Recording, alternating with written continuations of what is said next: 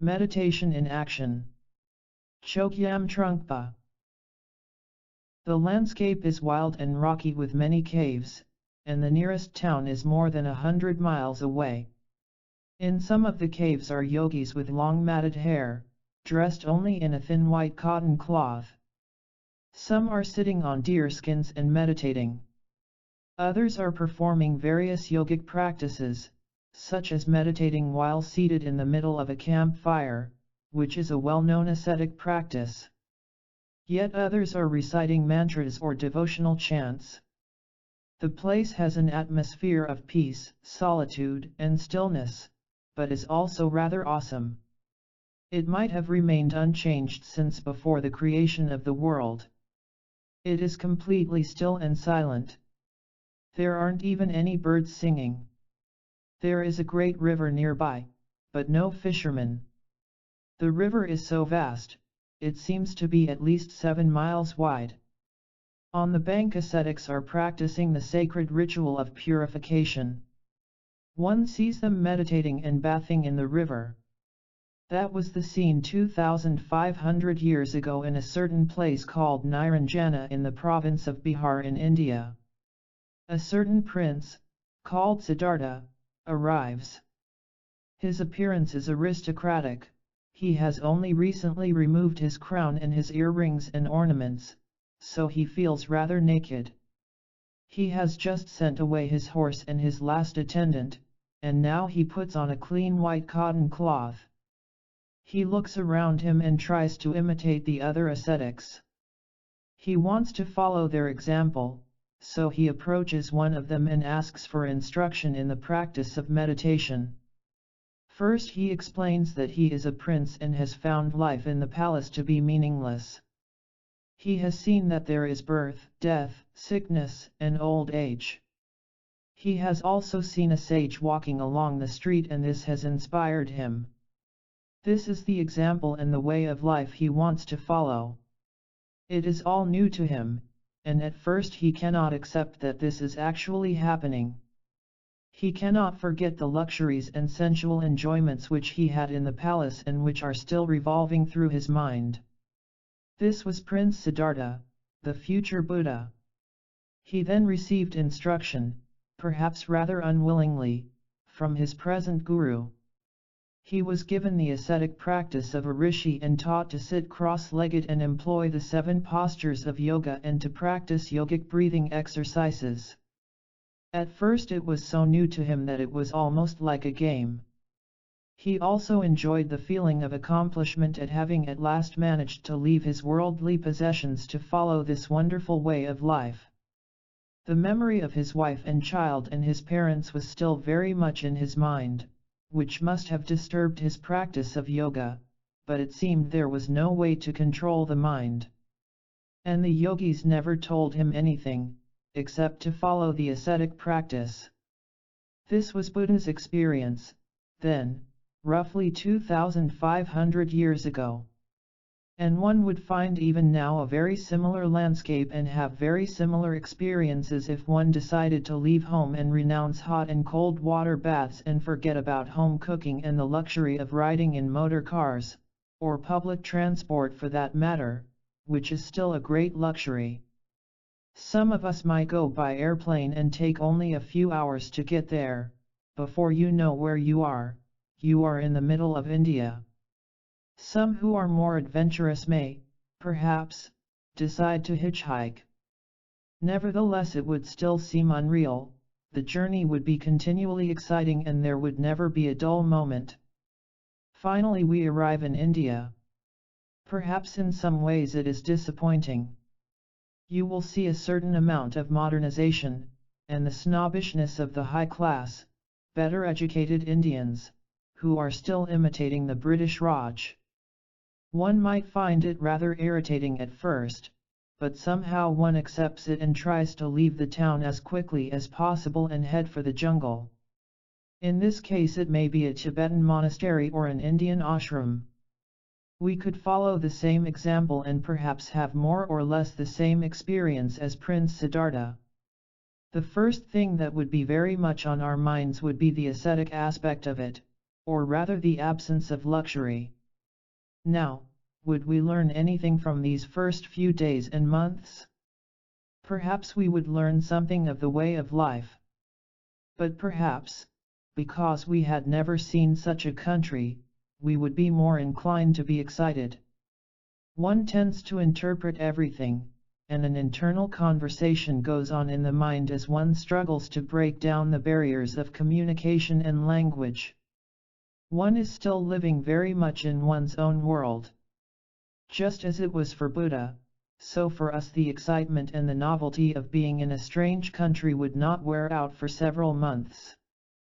One would write letters home as if possessed by the country, intoxicated with excitement and the strangeness of it all. So if one returned after only a few days or weeks, one would not have learned very much, one would merely have seen a different country, a different way of life. And the same thing would have happened to Buddha if he had left the jungle of Niranjana and returned to his kingdom in Rajgir. In the case of Buddha, he practiced meditation for a long time under Hindu teachers, and he discovered that asceticism and merely conforming to one religious setup did not particularly help. He still didn't get the answer. Well, perhaps he got some answers. In a sense these questions were already answered in his mind, but he was more or less seeing what he wanted to see, rather than seeing things as they were. So in order to follow the spiritual path one must first overcome the initial excitement, that is one of the first essentials. For unless one is able to overcome this excitement, one will not be able to learn, because any form of emotional excitement has a blinding effect. One fails to see life as it is because one tends so much to build up one's own version of it. Therefore one should never commit oneself or conform to any religious or political structure without first finding the real essence of what one is looking for. Labeling oneself, adopting an ascetic way of life or changing one's costume, none of these brings about any real transformation. After several years Buddha decided to leave. He had learned a great deal in a sense, but the time had come for him to say goodbye to his teachers, the Indian rishis, and to go off on his own. He went to a place quite a long way from there, although still on the bank of the Niranjana river, and sat down under a peepal tree, which is also known as the Bodhi tree. For several long years he remained there, seated on a large stone, eating and drinking very little. This was not because he felt it necessary to follow the practice of strict asceticism, but he did feel it was necessary to remain alone and find things out for himself, rather than to follow someone else's example. He might have reached the same conclusions by different methods, but that is not the point. The point is that whatever one is trying to learn, it is necessary to have first-hand experience, rather than learning from books or from teachers or by merely conforming to an already established pattern. That is what he found, and in that sense Buddha was a great revolutionary in his way of thinking. He even denied the existence of Brahma, or God, the creator of the world. He determined to accept nothing which he had not first discovered for himself. This does not mean to say that he disregarded the great and ancient tradition of India. He respected it very much. His was not an anarchistic attitude in any negative sense, nor was it revolutionary in the way the communists are. His was real, positive revolution. He developed the creative side of revolution, which is not trying to get help from anyone else, but finding out for oneself. Buddhism is perhaps the only religion which is not based on the revelation of God nor on faith and devotion to God or gods of any kind. This does not mean that Buddha was an atheist or a heretic. He never argued theological or philosophical doctrines at all. He went straight to the heart of the matter, namely how to see the truth. He never wasted time in vain speculation. By developing such a revolutionary attitude one learns a great deal. For example, suppose one misses lunch one day. One may not be hungry, one may have had a large breakfast, but the idea of missing lunch affects one. Certain patterns are formed within the framework of society and one tends to accept them without questioning. Are we really hungry, or do we just want to fill up that particular midday time? That is a very simple and straightforward example. But much the same applies when we come to the question of ego. Buddha discovered that there is no such thing as I, ego. Perhaps one should say there is no such thing as I am. He discovered that all these concepts, ideas, hopes, fears, emotions, conclusions, are created out of one's speculative thoughts and one's psychological inheritance from parents and upbringing and so on. We just tend to put them all together, which is of course partly due to lack of skill in our educational system.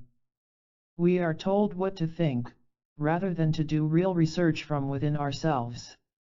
So in that sense asceticism, meaning the experience of bodily pain, is by no means an essential part of Buddhism.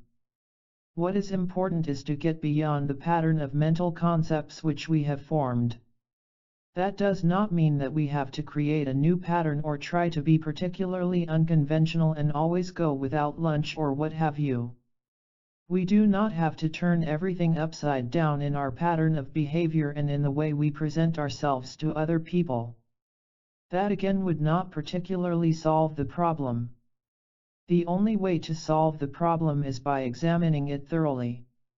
From this point of view we have a certain desire, or not even as strong as desire, more a feeling of wanting to conform to something. And one does not even think about it, one is just led to it. So it is necessary to introduce the idea of mindfulness. Then we can examine ourselves each time, and go beyond mere opinions and so-called common sense conclusions. One must learn to be a skillful scientist and not accept anything at all. Everything must be seen through one's own microscope and one has to reach one's own conclusions in one's own way. Until we do that, there is no savior, no guru, no blessings, and no guidance which could be of any help. Of course, there is always this dilemma: if there is no help, then what are we? Are we nothing? Are we not trying to reach something higher? What is this higher thing? What, for example, is Buddhahood? What is enlightenment? Are they just nothing, or are they something? Well, I am afraid I am really no authority to answer this.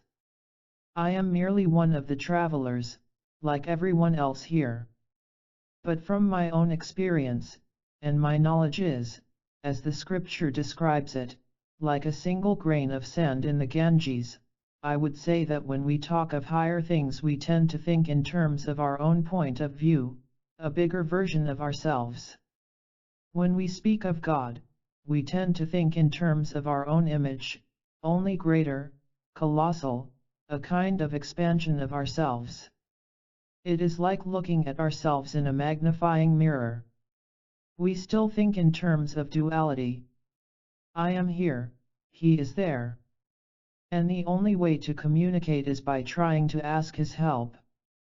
We may feel we are making contact at certain times, but somehow we can never really communicate in this way. We can never achieve union with God, because there is a fixed concept, a prefabricated conclusion, which we have already accepted and we are merely trying to put that great thing into a small container.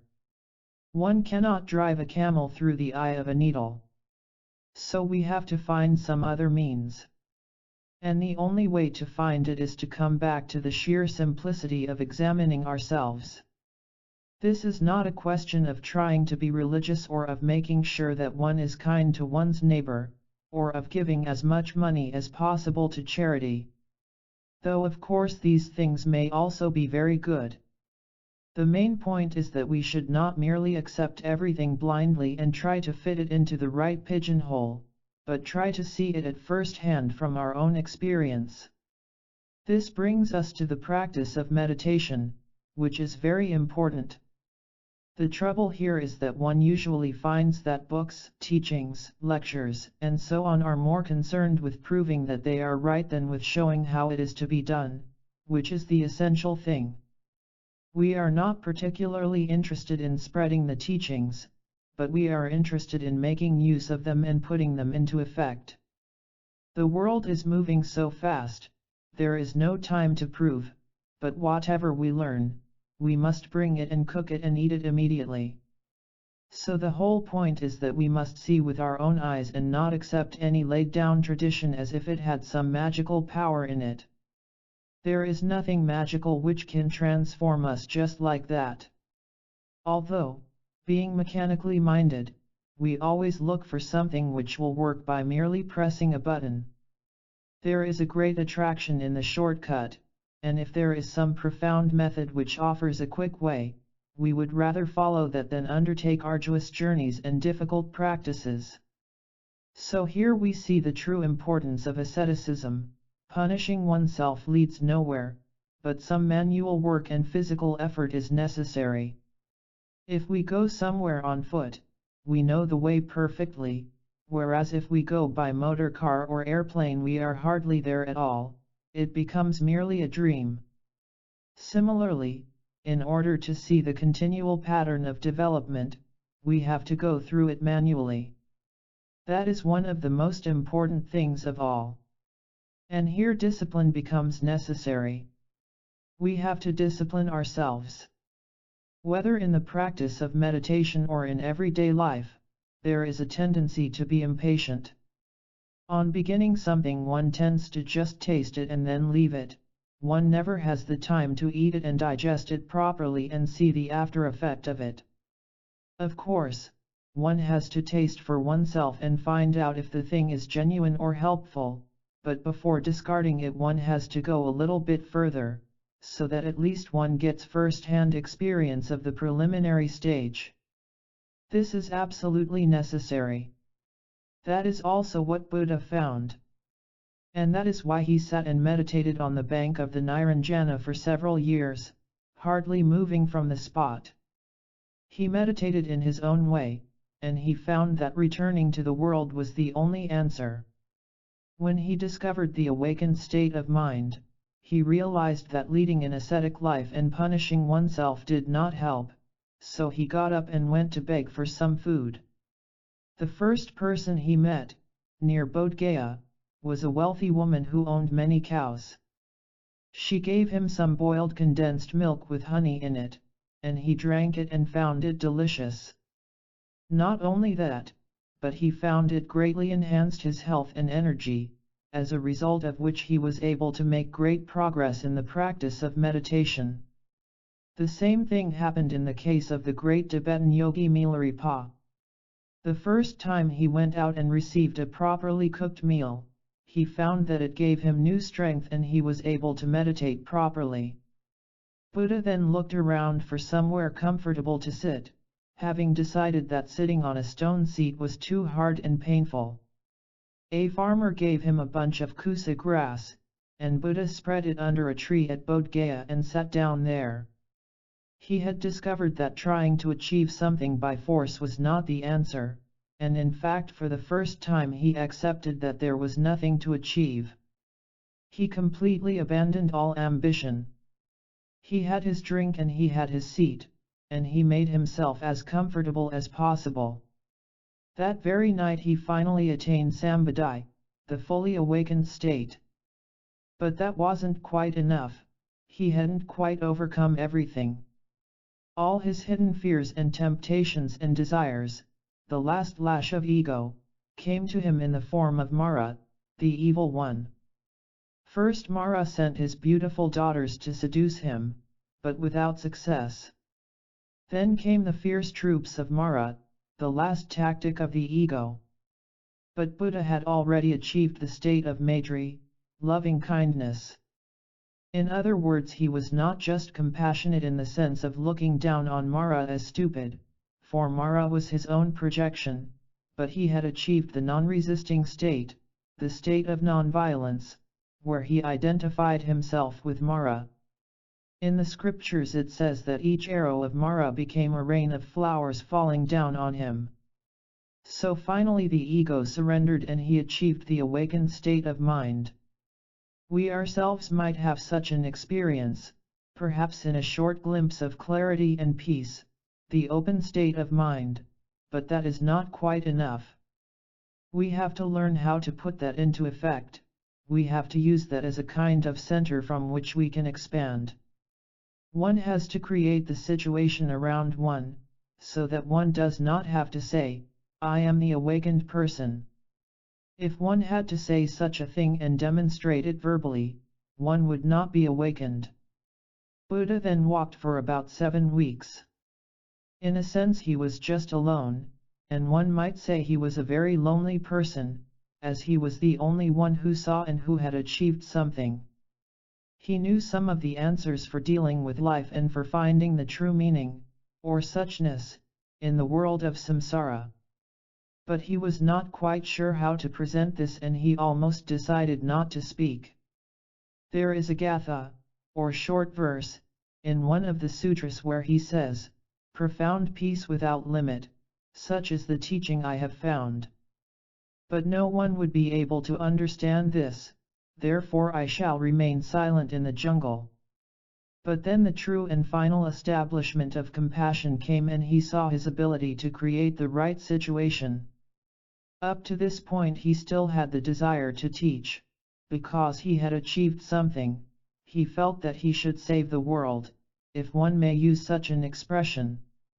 But he had to give up this idea of saving all sentient beings. Then at the very moment when he had decided to leave the world and return to the jungle, the real, selfless compassion arose in him. He was no longer aware of himself as a teacher, he no longer had the idea that he had to save people, but whenever the situation presented itself he dealt with it spontaneously. He preached and taught for about 40 years, and spent his life walking from one end of India to the other. He did not ride on an elephant or a horse or a chariot, but simply walked barefoot all over India. I think if any of us had seen him or heard him talk, it would not have been anything like a lecture as we know it. It was just simple conversation. It was not the talking that was important but the whole situation that he created. It was not because he had achieved such spiritual power and thereby dominated the whole scene, but because he was simply being true, just as any of us could be. Therefore the teaching had been taught before he opened his mouth. That is why we find in the sutras that gods and asuras and all kinds of people from different parts of India attended his talks and saw him and met him, and all could understand him. They did not have to ask him questions, but they automatically received the answers. This is a wonderful example of communication. Buddha never claimed that he was an incarnation of God, or any kind of divine being. He was just a simple human being who had gone through certain things and had achieved the awakened state of mind. It is possible, partially possible at least, for any of us to have such an experience. From this example we see that speech alone is not the only method of communication. There is already communication before we say anything, even if we are only saying hello, or how are you. Somehow communication also continues after we finish speaking. The whole thing must be conducted in a very skillful way, by being true and not self-centered. Then the concept of duality is absent and the right pattern of communication is established. It is only through one's own experience of searching that this can be achieved, and not through merely copying someone else's example. Neither asceticism nor any preconceived pattern will provide the answer. We have to make the first move ourselves rather than expecting it to come from the phenomenal world or from other people.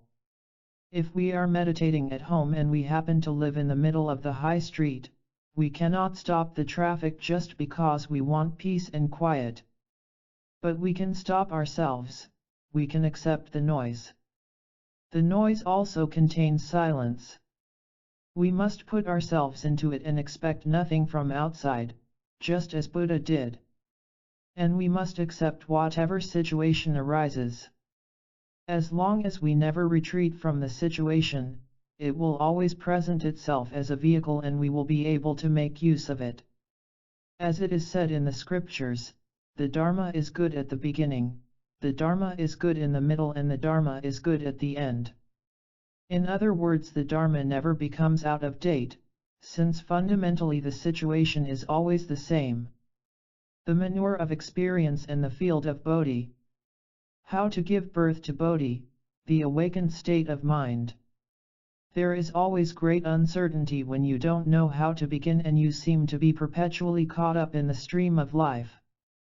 A constant pressure of thoughts, of wandering thoughts and confusion and all kinds of desires, continually arises. If you speak in terms of the man in the street, he doesn't seem to have a chance, because he is never really able to look inward, unless perhaps he reads some book on the subject and has the desire to enter into a disciplined way of life, and even then there seems to be no chance, no way to begin. People tend to make a very sharp distinction between spiritual life and everyday life. They will label a man as worldly or spiritual, and they generally make a hard and fast division between the two. So if one speaks about meditation, awareness, and understanding, then the ordinary person, who has never heard of such things, obviously would not have a clue, and he probably would not even be sufficiently interested to listen properly. And because of this division he finds it almost impossible to take the next step, and he can never really communicate with himself or with others in this particular way. The teachings, the instructions, the mystical writings, may all be very profound, but somehow he is never able to penetrate through to them, so he comes to a kind of dead end. Either a man is spiritually inclined or else he is a worldly person, and there seems to be no way to bridge this gap. I think this is one of the great hindrances to the birth of Bodhi.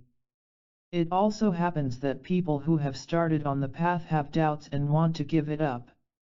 They may perhaps think that they would be happier if they gave it up and just remained agnostics. So there is something not quite flowing, there is a failure to relate one thing to another, and this is what prevents us from giving birth to Bodhi. Therefore we have to study this problem.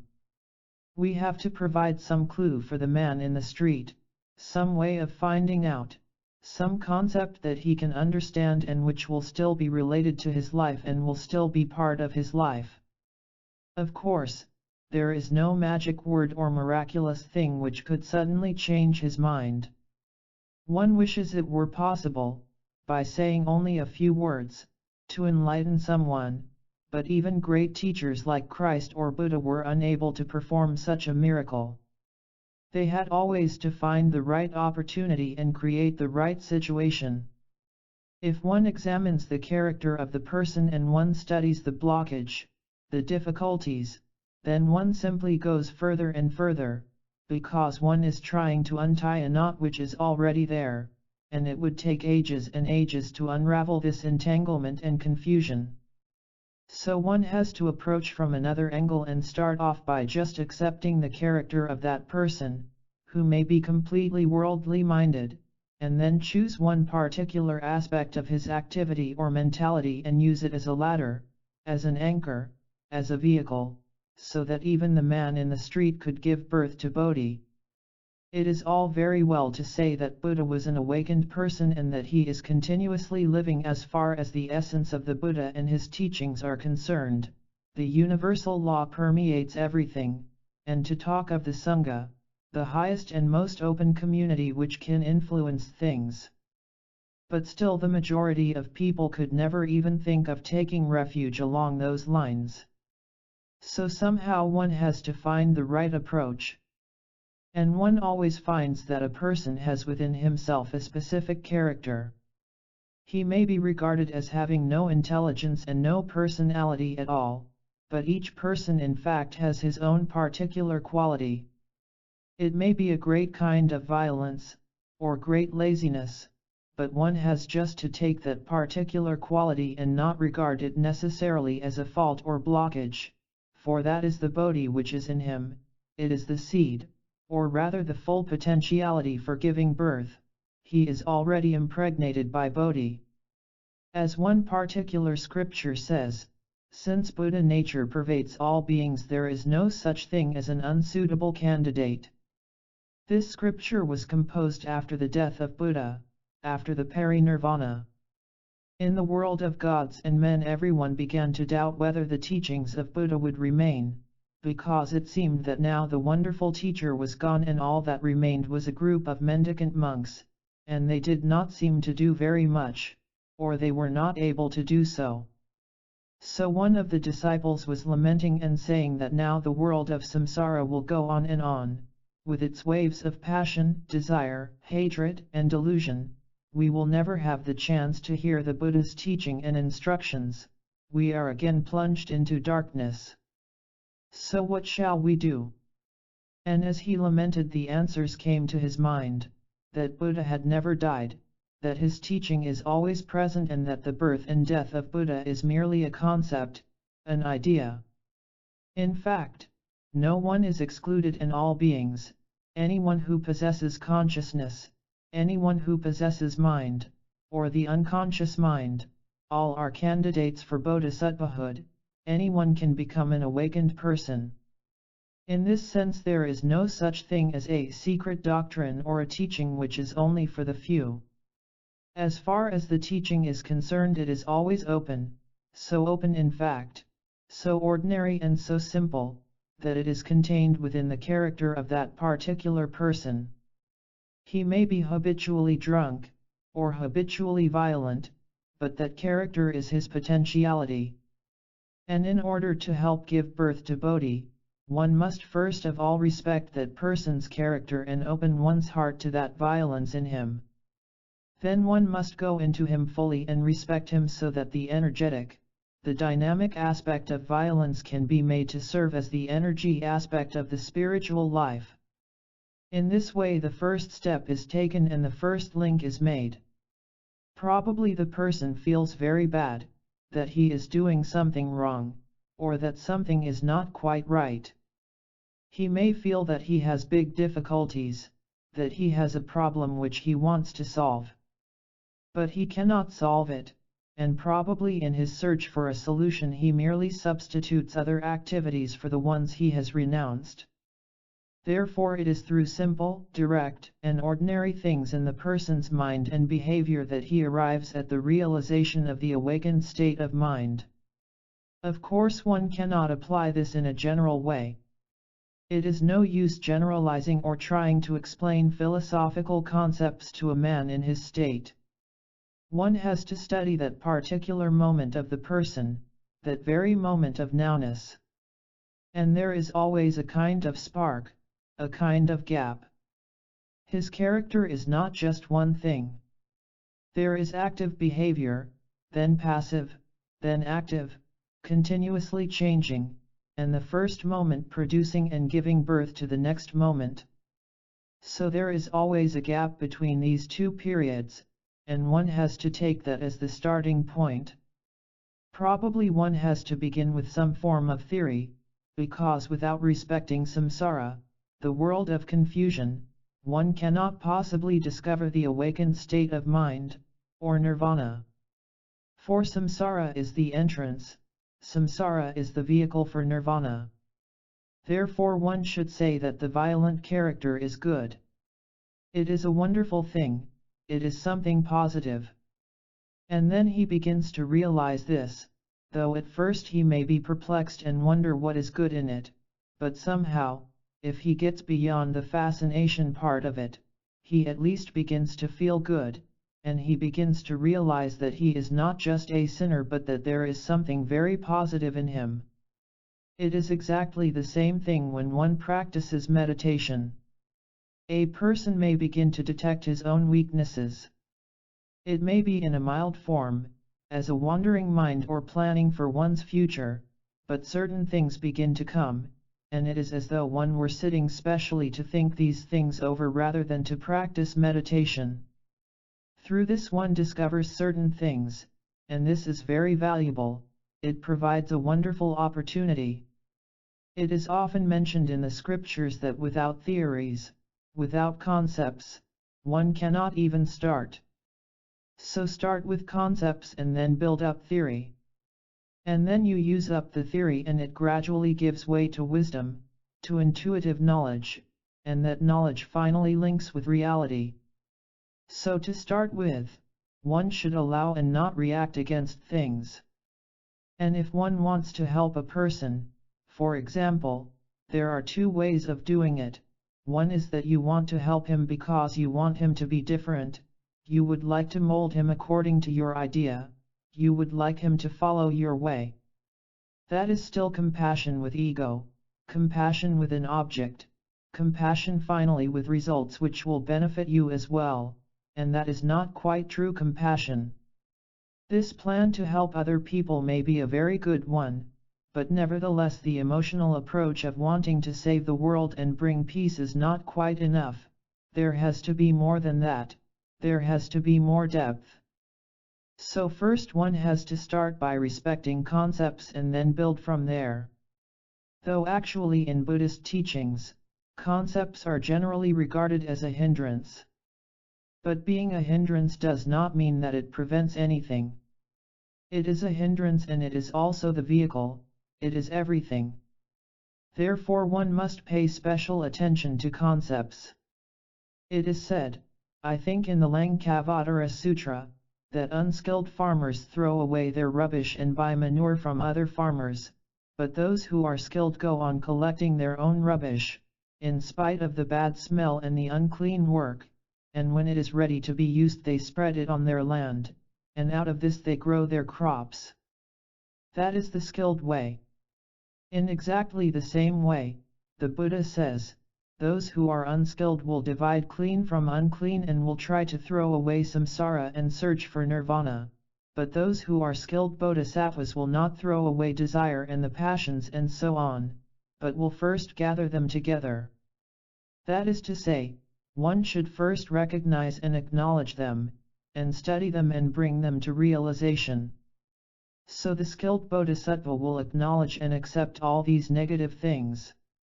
And this time he really knows that he has all these terrible things in him, and although it is very difficult and unhygienic, as it were, to work on, that is the only way to start. And then he will scatter them on the field of Bodhi.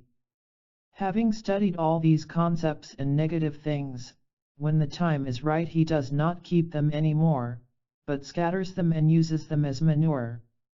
So out of these unclean things comes the birth of the seed which is realization. This is how one has to give birth. And the very idea that concepts are bad, or such and such a thing is bad, divides the whole thing, with the result that you are not left with anything at all to deal with. And in that case you either have to be completely perfect, or else battle through all these things and try and knock them all out. But when you have this hostile attitude and try to suppress things, then each time you knock one thing out another springs up in its place, and when you attack that one, another one comes up from somewhere else. There is this continual trick of the ego, so that when you try to disentangle one part of the knot, you pull on the string and only make it tighter somewhere else, so you are continually trapped in it. Therefore the thing is not to battle anymore, not to try and sort out the bad things and only achieve good, but respect them and acknowledge them. So theory and concepts are very good, like wonderful manure. Through thousands and thousands of lives we have been collecting so much rubbish that now we have a wonderful wealth of this manure. It has everything in it, so it would be just the right thing to use, and it would be such a shame to throw it away.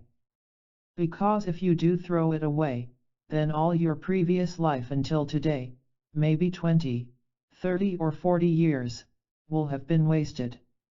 Not only that, but lives and lives and lives will have been wasted, so one would have a feeling of failure. All that struggle and all that collecting would have been wasted, and you would have to start all over again from the beginning. Therefore, there would be a great feeling of disappointment, and it would be more a defeat than anything having been gained. So one has to respect the continual pattern. One may have broken away from the origin and all sorts of things may have happened. These may not be particularly good things. They are rather undesirable and negative. At this stage there are good things and bad things, but this collection contains good things disguised as bad and bad things disguised as good. One must respect the flowing pattern of all one's past lives and the early part of one's present life right up to today. And there is a wonderful pattern in it. There is already a very strong current where many streams meet in a valley. And this river is very good and contains this powerful current running through it, so instead of trying to block it one should join this current and use it. This does not mean that one should go on collecting these things over and over again.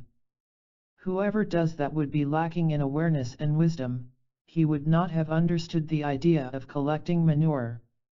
He could collect it together and acknowledge it, and by acknowledging it he would have reached a certain point and would understand that this manure is ready to be used. There is a story in the teachings of Tantra about two close friends who both wanted to search for the truth.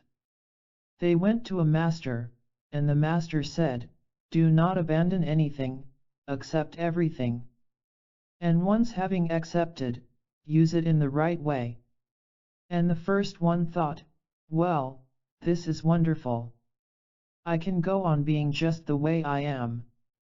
So he set up hundreds of brothels and hundreds of butcher shops and hundreds of drinking places, which in India was regarded as something that only a lower caste person would do.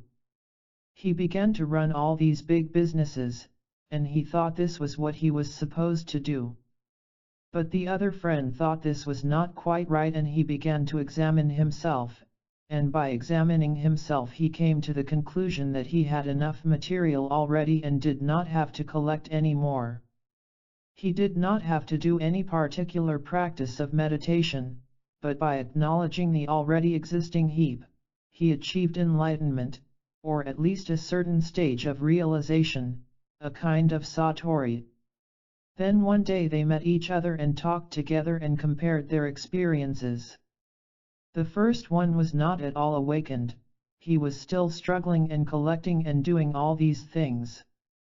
In fact, he had fallen into an even worse trap and had not even started to examine himself.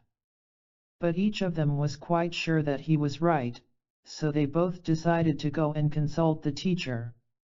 And the teacher said, "I am afraid your way is wrong," to the one who was running the businesses. And he was so disappointed that he drew his sword and murdered the teacher on the spot. There are these two possible approaches, and there may perhaps be some confusion between the two.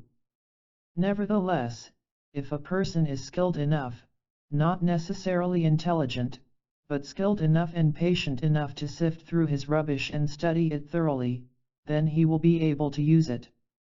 So, coming back to the subject of concepts, which is a very important example, the idea behind this is to develop a positive outlook and to recognize your great wealth. And having recognized one's concepts and ideas, one must also, in a sense, cultivate them. One has a tendency to try and abandon them or throw them away. But one should cultivate them, not in the sense of reading more books and having more discussions and philosophical disputes. That would be the other way, the way of the friend who ran the businesses, but simply, since you already have enough wealth, just go through it. Just as a person who wants to buy something first has to check and see how much money he has. Or else it is like going back to your old diaries and studying them, and seeing your different stages of development, or going up to the attic and opening up all the old boxes to find the old dolls and toys that were given to you when you were 3 years old, and looking at them and examining them together with their associations. In this way you gain a complete understanding of what you are, and that is more important than continuously creating. The point of realization is not to try and understand only the awakened state and pretend not to understand the other side, because that becomes a way of cheating oneself. You see, you are your own best friend, your own closest friend, you are the best company for yourself. One knows one's own weaknesses and inconsistency, one knows how much wrong one has done, one knows it all in detail. So it doesn't help to try and pretend you don't know it, or to try not to think of that side and only think of the good side. That would mean that one was still storing one's rubbish. And if you store it like that, you would not have enough manure to raise a crop from this wonderful field of Bodhi. So you should go through and study even right back to your childhood, and of course if you have the great ability to go back to your previous lives, you should do so and try to understand them. There is also a story about Brahma, who came one day to hear the Buddha preach, and the Buddha asked, "Who are you?" And Brahma for the first time began to look and check into himself, Brahma personifying the ego, and when he first looked into himself he couldn't bear it. He said, "I'm Brahma, the great Brahma, the supreme Brahma." So Buddha asked, "Why do you come and listen to me?" And Brahma said, "I don't know." Buddha then said to him, "Now, look back into your past." So Brahma, with his wonderful ability to see his many past lives, looked, and he couldn't bear it. He simply broke down and wept in front of Buddha. Then Buddha said, well done, Brahma. That is good." You see, this was the first time that Brahma had used his wonderful ability to see into his distant past, and so he finally saw things clearly. This does not mean that a person has to break down and feel bad about it, but it is very important to check and go through everything so that nothing is unexplored. Having started from there, one gains a complete view of the whole thing, like an aerial view which takes in the whole landscape, all the trees and the road and everything, without there being anything that one pretends not to see. One must also examine fear and expectation.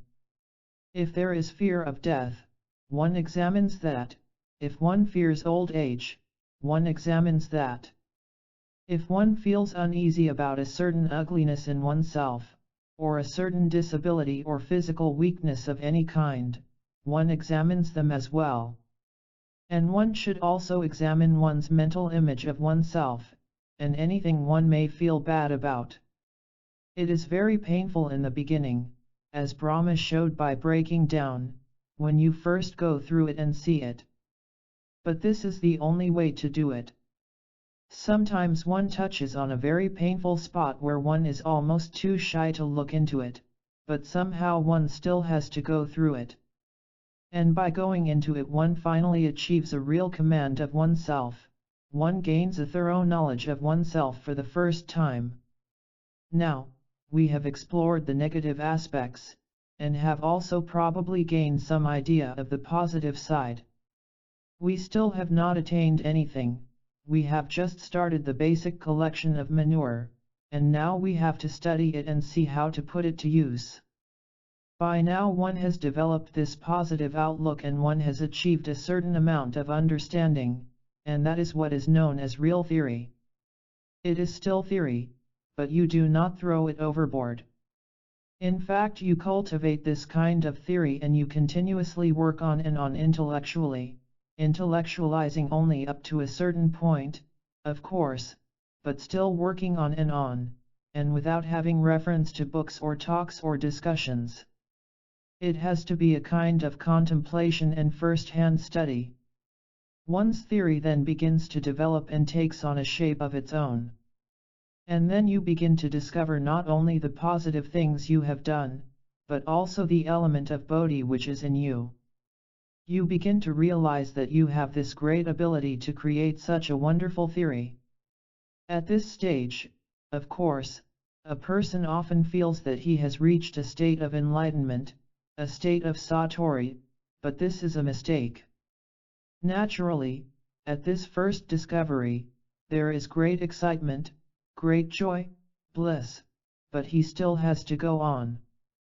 So, having gone through these things, and having studied and explored them, one finds that one's theory does not stop, as ordinary theory does after reading books on philosophy, or scriptures, for that matter.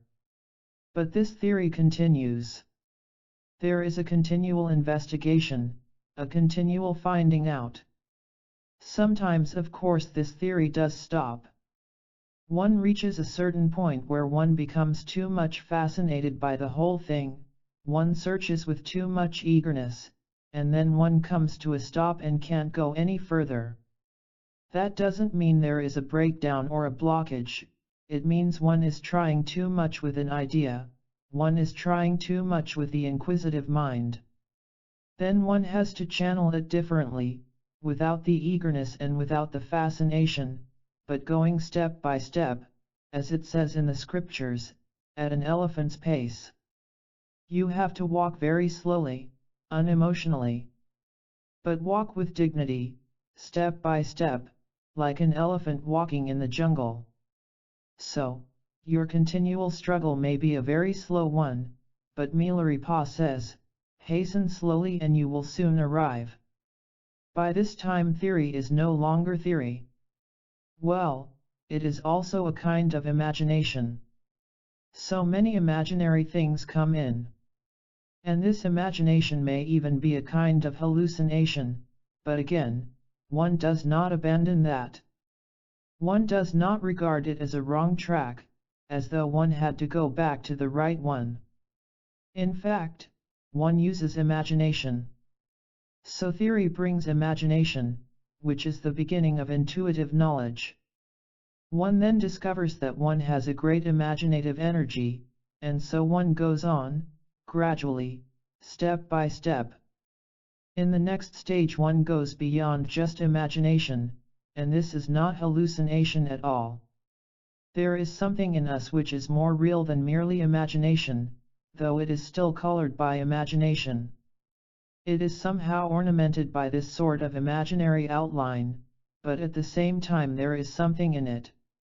It is like reading a children's book, for example.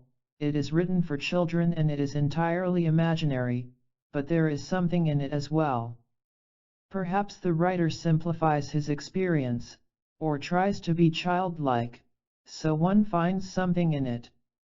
And the same is true of any story, for that matter. And that imagination is not just hallucination, but real imagination. If one looks back to theory, or if one traces back to the first steps one took, it may seem a bit tiring or even unnecessary, but it isn't so. One hasn't wasted time at all. You have scattered the manure very evenly over the field and now is the time to sow the seed and wait for the crop to grow. That is the first preparation, and now one is ready to discover. And that discovery has already begun to develop. There are many questions one would like to ask and many things are still not certain. But in fact at that stage one doesn't really need to ask questions at all, perhaps one simply needs an external person to say that it is so, although the answer is already in one. The question is like the first layer, like the skin of an onion, and when you remove it the answer is there. This is what the great logician and philosopher of Buddhism, Asanga, described as the intuitive mind. In the intuitive mind, if one studies true logic, one finds that the answers, and the opponent's attitude, are in us. So we don't have to search for the answer, because the question contains the answer in it.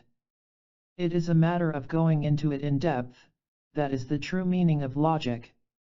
At this stage one has reached a kind of feeling, the imagination becomes a kind of feeling. And with that feeling it is as though one has reached the entrance hall. Transmission. So after all your preparation you are finally ready to give birth to Bodhi. And the next thing you have to do is to go to a guru, a teacher, and ask him to show you the awakened state, as if he possessed your wealth. It is as though someone else possesses your own belongings and you are asking him to give them back to you. Well, that is what it is in fact, but one has to go through the kind of ritual of it. When you have asked him, the teacher will instruct. That is what is known as transmission. The term transmission or abhisheka is used particularly in the Vajrayana teachings and the teachings of Buddhist yoga. It is used a great deal in the Tibetan tradition and also in the Zen tradition. Transmission does not mean that the teacher is imparting his knowledge or his discovery to you, that would be impossible, even Buddha could not do so. But the whole point is that we stop collecting any more things, and we just manage to empty out whatever we have. And to avoid collecting any more, to avoid charging up the ego, it is necessary to ask some external person to give something, so that you feel that something is given to you. Then you don't regard it as your wealth which he is giving back to you, but as something very precious of his. So one must also be very grateful to the teacher. And that is a great protection against the ego, since you do not look on it as something discovered within yourself, but as something which someone else has given you. He gives you this gift, although in reality the transmission is not, as we said, something given to you, it is simply discovered within oneself. All the teacher can do is to create the situation. He will create the right situation, and because of this situation and environment the pupil's mind will also be in the right state, because he is already there. It is like going to the theater, things are already built up for you, the seats and the stage and so on, so even by the very fact of going into it one feels automatically that one is taking part in some particular event. Whenever we go into a place or participate in something we become a part of it because the environment is already created. In the case of transmission the situation may be rather different, but nevertheless, there is still a certain environment. The teacher may not use words at all, or perhaps he goes to great lengths to explain the subject, or he may perform a ceremony of some kind, or else he may do something quite ridiculous. There is the story of Naropa, the great Indian Pandit, the Maha Pandita, or Great Pandit, in the University of Nalanda. He was one of the 4 great Pandits at that particular period of Buddhist history. He was known as the Great Pandit in India, in the whole of the world for that matter. He could recite all the sacred scriptures by heart and he knew all the philosophy and everything, but he was not satisfied with himself because he was merely giving out what he had learned, but he never really learned the depths of it.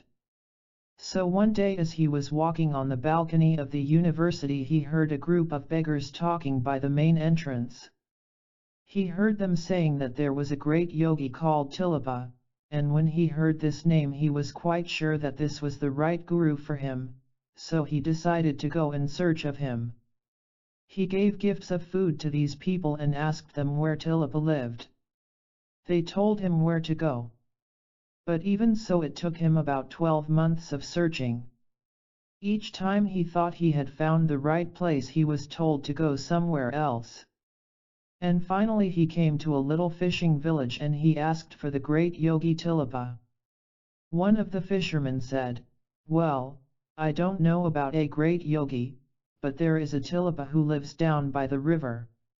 He is very lazy and doesn't even fish, and he just lives on what the fishermen throw away, the heads and the entrails of the fish and all that." Naropa followed his directions. But when he came to the place all he saw was a beggar, a very mild-looking character, who appeared to be unable even to speak. However, he prostrated and asked him for teaching. For 3 days Tilopa said nothing, but finally he nodded his head. Naropa took that to mean that he accepted him as his disciple. Then Tilopa said, "Follow me," so he followed him for 12 long years and underwent many hardships and difficulties during that time. On one particular occasion Tilopa said he was very hungry. I mention this because it is all part of transmission. You see, he was creating the right environment. So he asked him to find some food. Now, Naropa was a very refined person. He was born in a Brahmin family, but he had to lead this kind of life, following the example of Tilopa. So he went to a village where they were having a wedding feast, or a special feast of some kind, and first he tried to beg, but it was forbidden to beg on that particular feast day. He crept into the kitchen and stole a bowl of soup and ran away and gave it to his guru. Tilopa seemed very pleased. In fact, it was the first time Naropa had ever seen such a wonderful smiling expression on his face. He thought, well, this is wonderful. I think I'll go and fetch a second bowl. Tilopa expressed his approval and said he would like another bowl. But this time they caught Naropa and beat him and broke all his legs and arms and left him lying on the ground, half dead. A few days later Tilopa came up and said, well, what's the matter with you? Why didn't you come back? He seemed rather angry. So Naropa said, I'm dying. But his guru said, get up. You're not dying, and you still have to follow me for several years yet. And he got up and felt all right, and in fact nothing was wrong.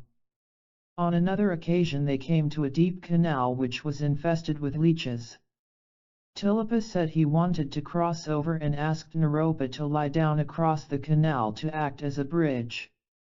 So he lay down in the water. And when Tilopa had walked over him, Naropa found that his body was covered with hundreds of leeches, and he was again left lying there for several days.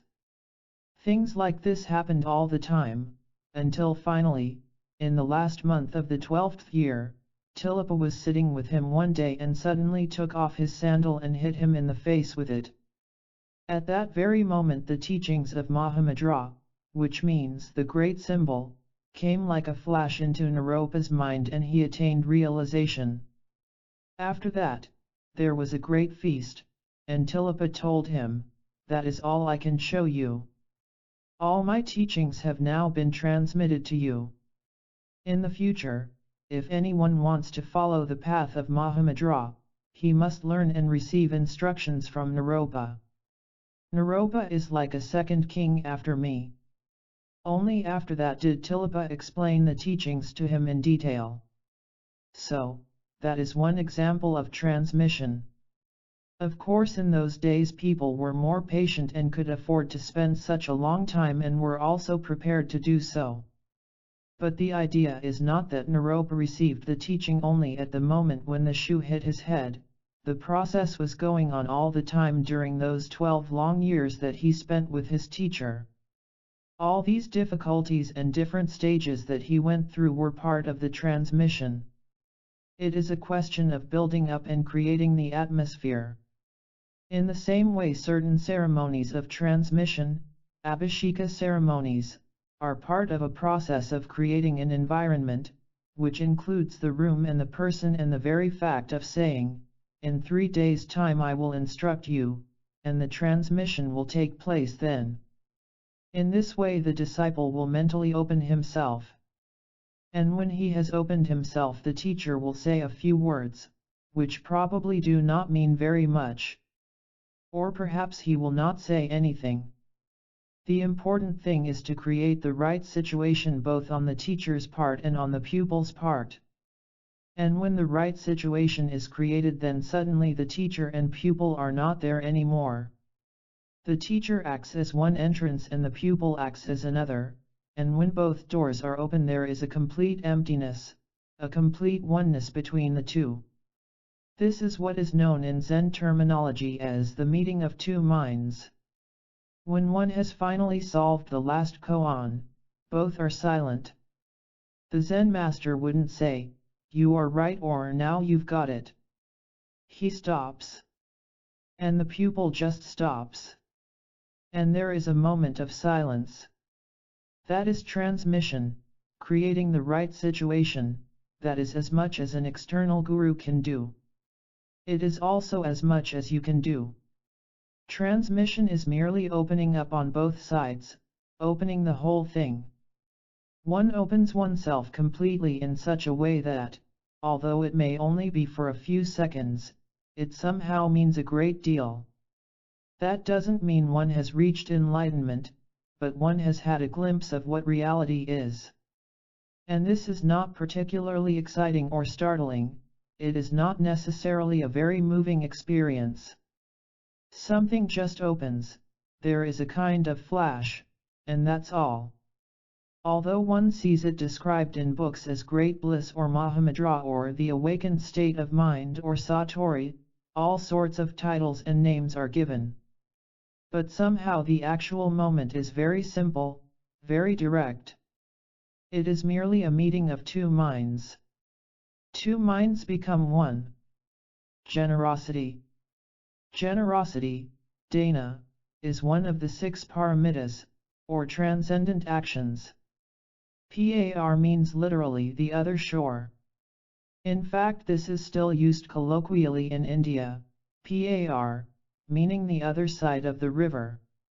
Mitta is one who got there. So paramita means that which has reached the other shore. Certain scholars refer to the paramitas as the 6 perfections. In one sense they are perfect actions, but the word perfection also has other connotations which are not pertinent.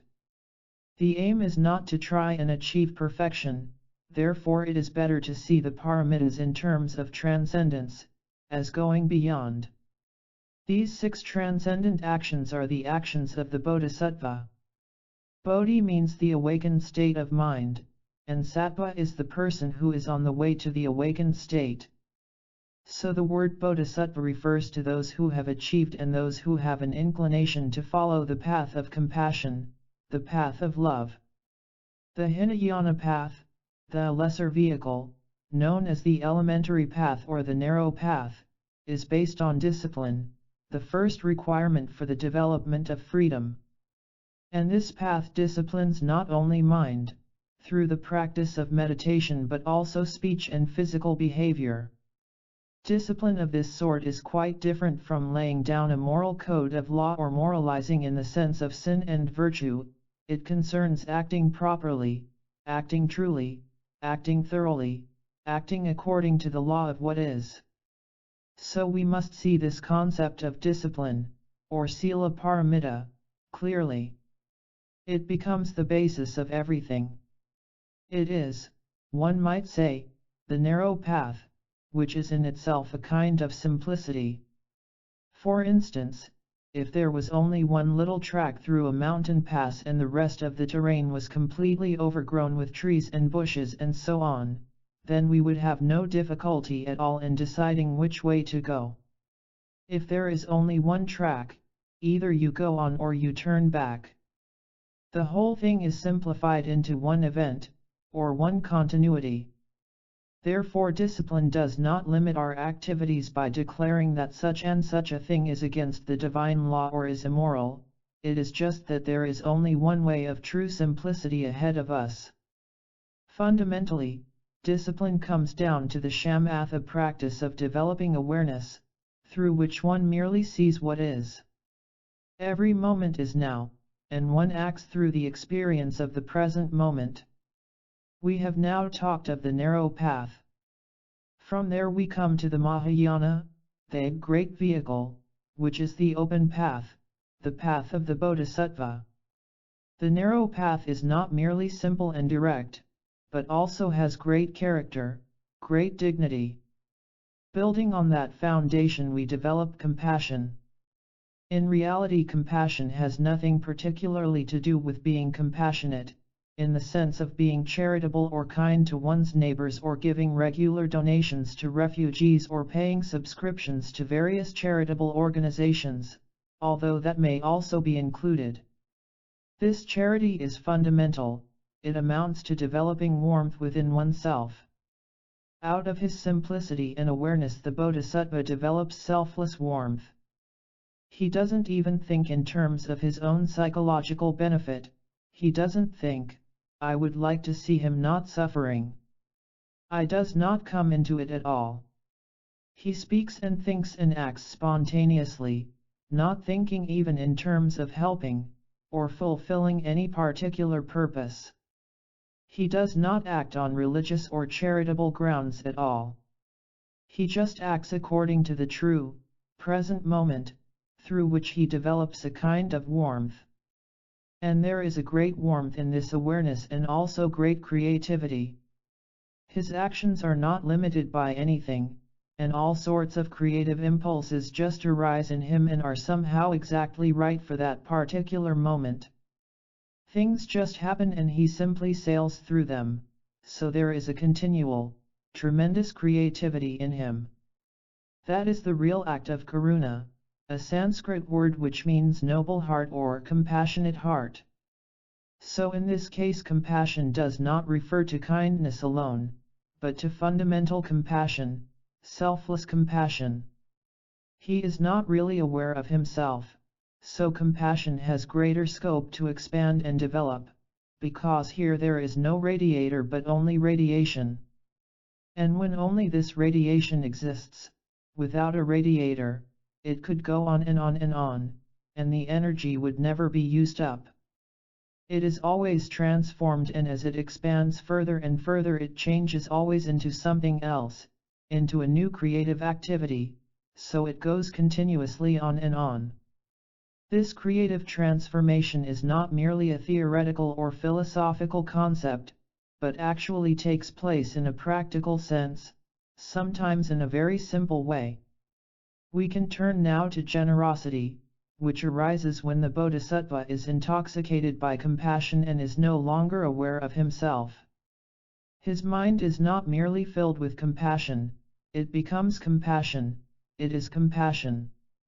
There are 6 activities associated with this: generosity, morality or discipline, spontaneous discipline, acting according to the true law, patience, energy, and clarity, which is also wisdom or knowing the situation.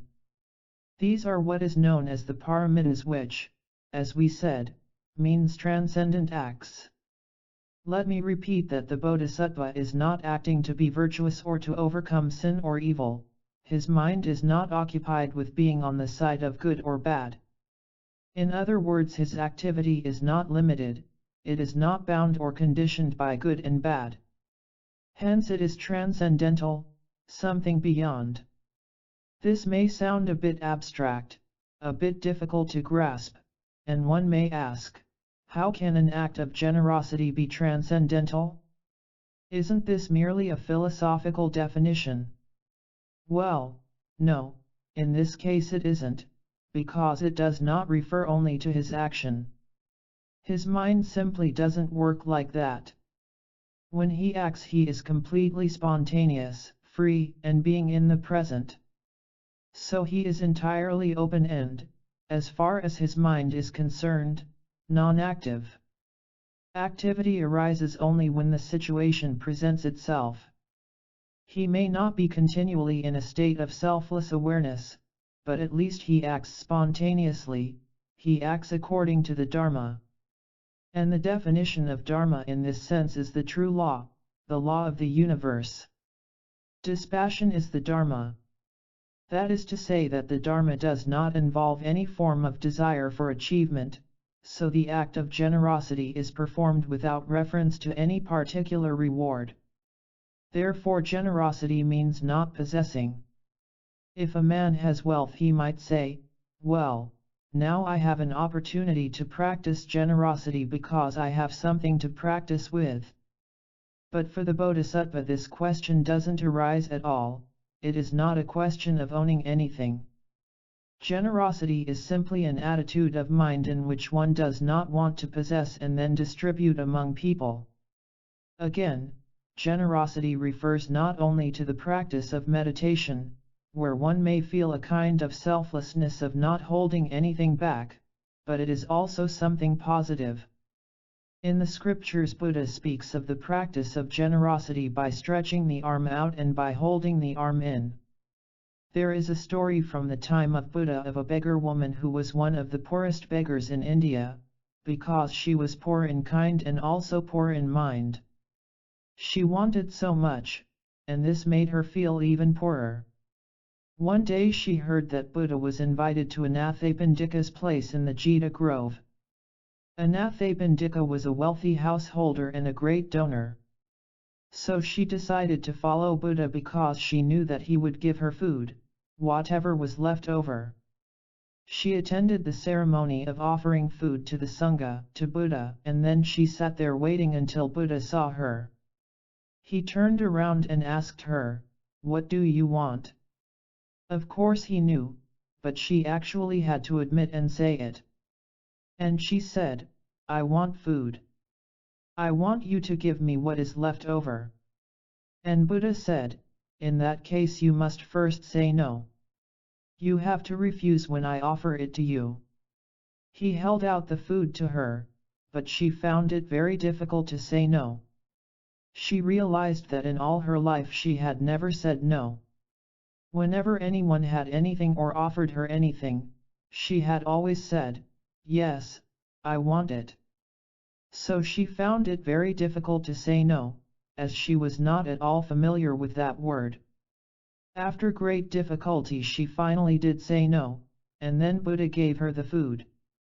And through this she realized that the real hunger inside her was the desire to own, grasp, possess and want. This is an example of how one can practice generosity. And from that point of view one can practice generosity toward oneself, because the point here is to free oneself from this possessiveness, this continual wanting. Then, of course, the next step is giving away one's possessions. But this is not necessarily connected with austerity. It does not mean that you should not own anything at all or that you should give away what you have immediately. You could have great wealth and many possessions and you could even enjoy them and like having them and probably you have a personal interest in them, like a child's toy, or adult's toy for that matter. It isn't a question of not seeing the value of possessions, the point is that it should be equally easy to give them away. If somebody asks for a particular object that you like to have with you all the time, there should be no hesitation at all, just give it away. It is really a question of giving up this concept of possession. For there is a kind of hunger in action. There is a story in Tibet concerning two brothers, one of whom had 99 yaks while the other had only one yak. The poor brother was quite content with his one yak. He was quite happy and thought he had great wealth. He had one yak and that was really all he needed. It was quite sufficient and he wasn't particularly afraid of losing it. In fact, his enjoyment of owning it was greater than his fear of losing it, whereas the other one was always very afraid of losing his yaks. He always had to look after them, and generally you find in the highlands of Tibet that there are a lot of wolves and Himalayan mountain bears, and the yaks quite often die through the hardships of winter. There are far more obstacles there than in this part of the world when it comes to looking after animals.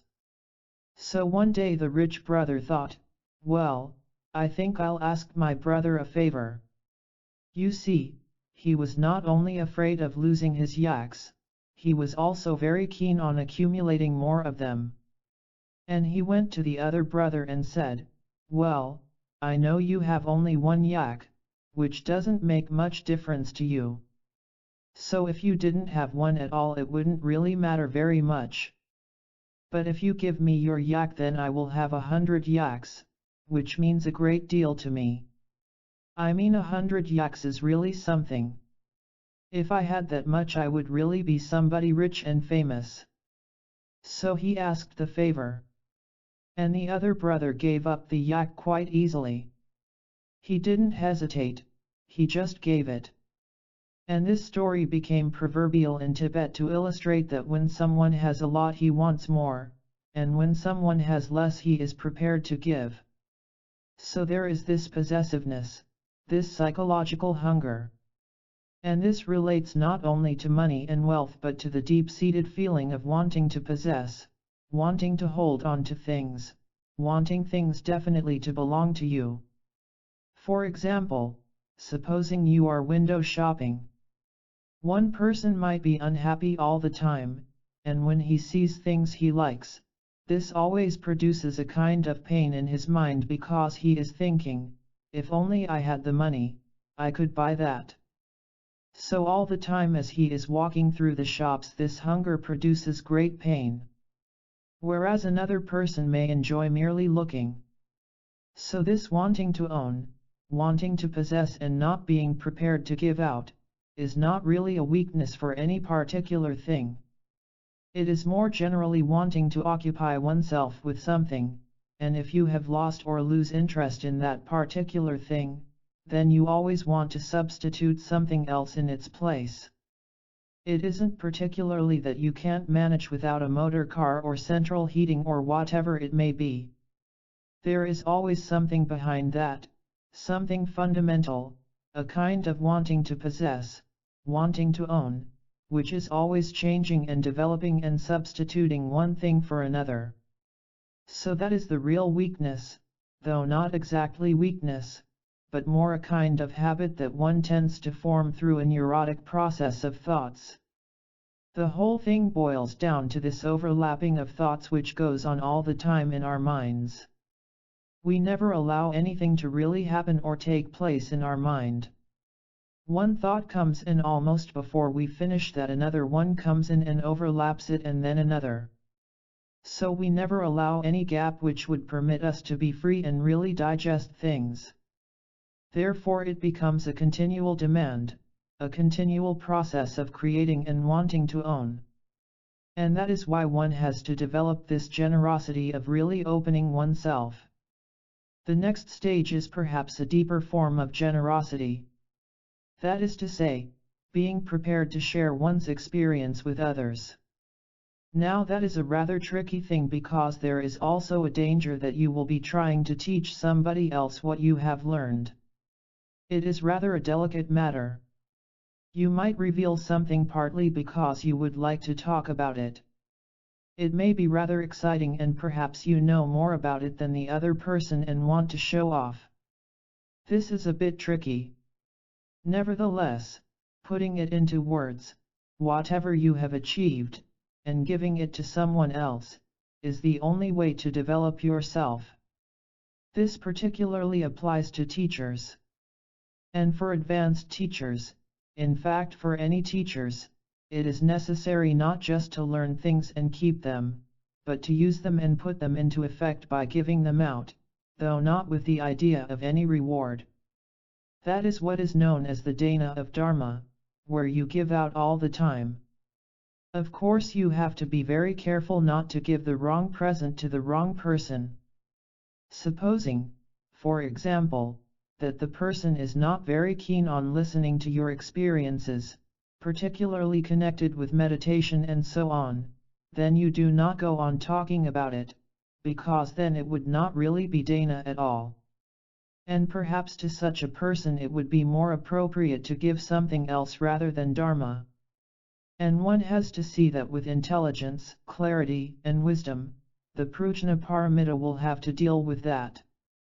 But on the whole one has to give out if one wants to receive anything in. A continual process of transformation takes place. There is a tradition in Tibet that if you want to receive any teaching or instruction, you generally give some present to the guru. This does not mean, by the way, that I want to collect from the audience. But the concept behind this is that when you want something, I would like to receive teaching. I want to know something, then you have to give out something as well. This also raises the point that you are not entirely a poor person who is dependent on somebody or humiliated because you just want help, but you have something great to give out. In the Tibetan tradition of Buddhism, when people went to India to translate texts and receive teachings from Indian masters, they spent first about 2 years collecting gold from all over Tibet. They always gave something before they received instruction. So the whole point there is that one has to realize the value of teachings, though one can't really price them at all in terms of material wealth. But one must be prepared to give out something, and one of the most important things of all, of course, is giving out ego, which is one of our most precious and valuable possessions. We have to give that out. And there are certain practices, such as prostrations, in the Tibetan tradition, where before one can practice any of the further stages of meditation one has to do 100,000 prostrations. This is in connection with the practice of Buddhist yoga. And the idea of prostration is giving out, surrendering, opening, a kind of emptying out process, or preparation of the vessel or container, in order to receive. You have to open and empty out an already sound cup. That is what you have to offer, and then you can receive everything intact with complete value, with complete quality. In the case of a teacher, of course, that is also very important, and I am sure we are all teachers in our different ways.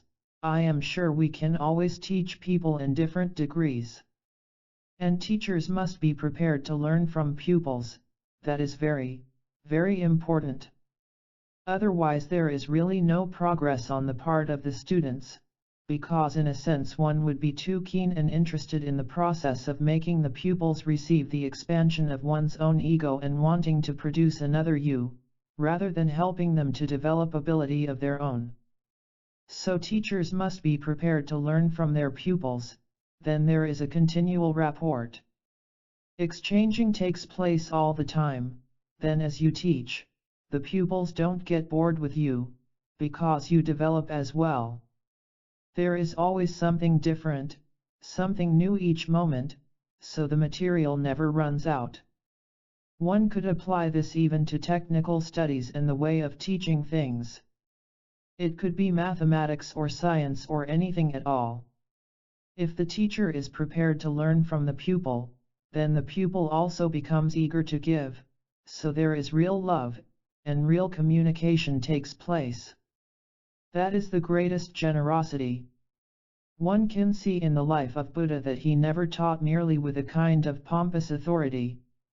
He never just used his authority as Buddha, as the awakened person. He never taught by saying, "You are wrong and I am right." Though he did sometimes point out that this is the right path and that is wrong, using discriminative wisdom, but somehow he always encouraged discussions among his disciples. And the disciples always contributed something to his teaching, and he always communicated in a certain way and asked certain questions, "Is that so, or is it not?" And judgment was left to the pupils. And then he said yes or no, but whatever the answer was he just built from there. So a continual give and take process took place, and I am sure one can also do this in a very similar way. Of course, when one has something to say, one would generally like to just read straight through before getting any criticisms or any kind of reaction from the other person, which is really based on a kind of secret fear, not being fully confident in oneself because one is afraid to show the folly of ego. So one tends to state it as a bald fact and just leave it. Then, when the pupil can't quite take part in it, it becomes very formal and very difficult and solemn and they don't enjoy learning. They become conscious of being taught, of being told this and that, and then somehow it ceases to be creative and it doesn't really seep into their personality and enable them to develop their own ability and knowledge. Then of course generosity of material wealth, as we have said, is not merely a question of giving the object or giving money, but more of the attitude behind it. One generally finds in the East, and I am not saying that the Eastern way of doing things is always right, I am not using it as a kind of authority as though that is the authentic and only way to deal with things, but merely as another suggestion, that a person in the East will generally give a thing away because that is the thing he loves most, and he gives it because it really represents his heart. It is most strange the things that happen in the case of someone like myself, having been abbot of a monastery traveling round in various districts of Tibet. One has been given all sorts of things such as headdresses and ornaments, women's aprons, and women's shoes and rings and so on. Not that they thought one really needed these things, but it was their precious object, something which in fact represented them. They have in them this desire to possess, and that is why they give in this way. The giving and the concept of punya, merit, is not just a question of giving objects and spending a large sum of money, but also of taking part in it physically and being wholly involved in the process of giving. As with anything else in this kind of work, such as the practice of meditation, you have to be fully involved, you have to become one with what you are doing. So it is with giving things away, no matter how small the thing is in terms of value. One must be fully involved in the giving so that a part of one's ego is also given away. Through that one reaches the paramita, the transcendental act, which is something beyond. Then one is not conscious of virtue and giving away things in an effort to be religious, and one is not conscious of receiving any particular reward of good merit. If one is giving merely in order to gain merit, then that tends to build up one's ego rather than really giving anything away. So if one is able to give out oneself, ego, a part of that possessiveness and passion, then one is really practicing the Dharma, which is passionlessness, and the merit automatically becomes a byproduct, and one is not all the time trying to achieve merit. Patience. Patience, ksanti in Sanskrit, is usually taken to mean forbearance and the calm endurance of pain and hardship. But in fact it means rather more than that. It is forbearing in the sense of seeing the situation and seeing that it is right to forbear and to develop patience. So ksanti has an aspect of intelligence in contrast, one might say, to an animal loaded with baggage which might still go on and on walking along the track until it just drops dead. That kind of patience is patience without wisdom, without clarity. Here we are referring to patience with clarity, and energy with the eye of understanding. Generally when we talk of patience we think of an individual person who is being patient, but it also has a great deal to do with communication. Patience can develop if there is discipline and if one can create the right situation. Then one does not merely forbear because it is painful and unpleasant and because one is just trying to get through it, but patience can develop easily with the aid of virya, or energy. Without energy one could not develop patience because there would be no strength to be patient, and this energy comes from creating the right situation, which is connected with awareness. Perhaps the word awareness is a little ambiguous, since it often connotes self-consciousness or just being aware of what you are doing, but in this case awareness is simply seeing the situation accurately. It does not particularly mean watching yourself speaking and acting, but rather seeing the situation as a whole, like an aerial view of a landscape which reveals the layout of the town and so on. So patience is related to discipline, which in turn is connected with awareness.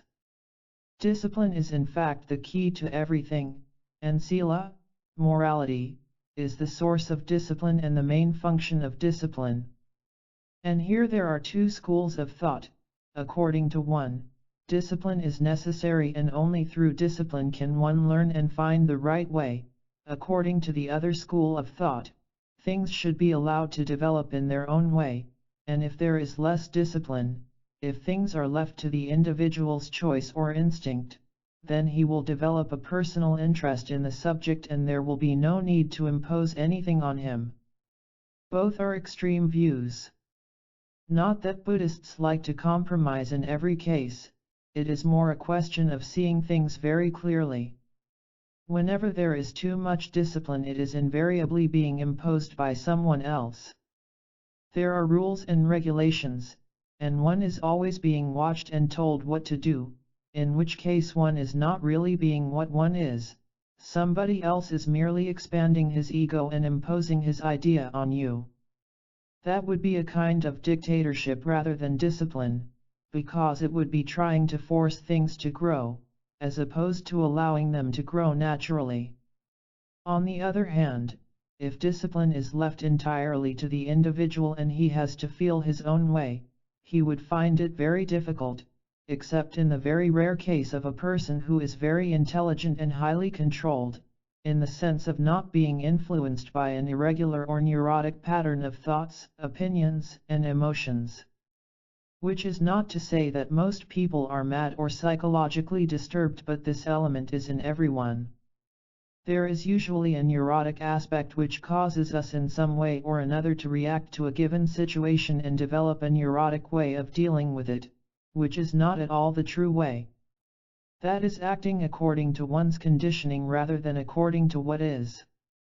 So in this case the person would not have the ability to develop freedom because freedom is not properly presented to him. Freedom must be presented properly. In fact, the word freedom itself is a relative term, freedom from something, otherwise there is no freedom.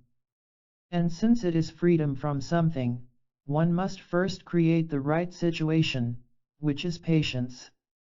This kind of freedom cannot be created by an outsider or some superior authority. One must develop the ability to know the situation.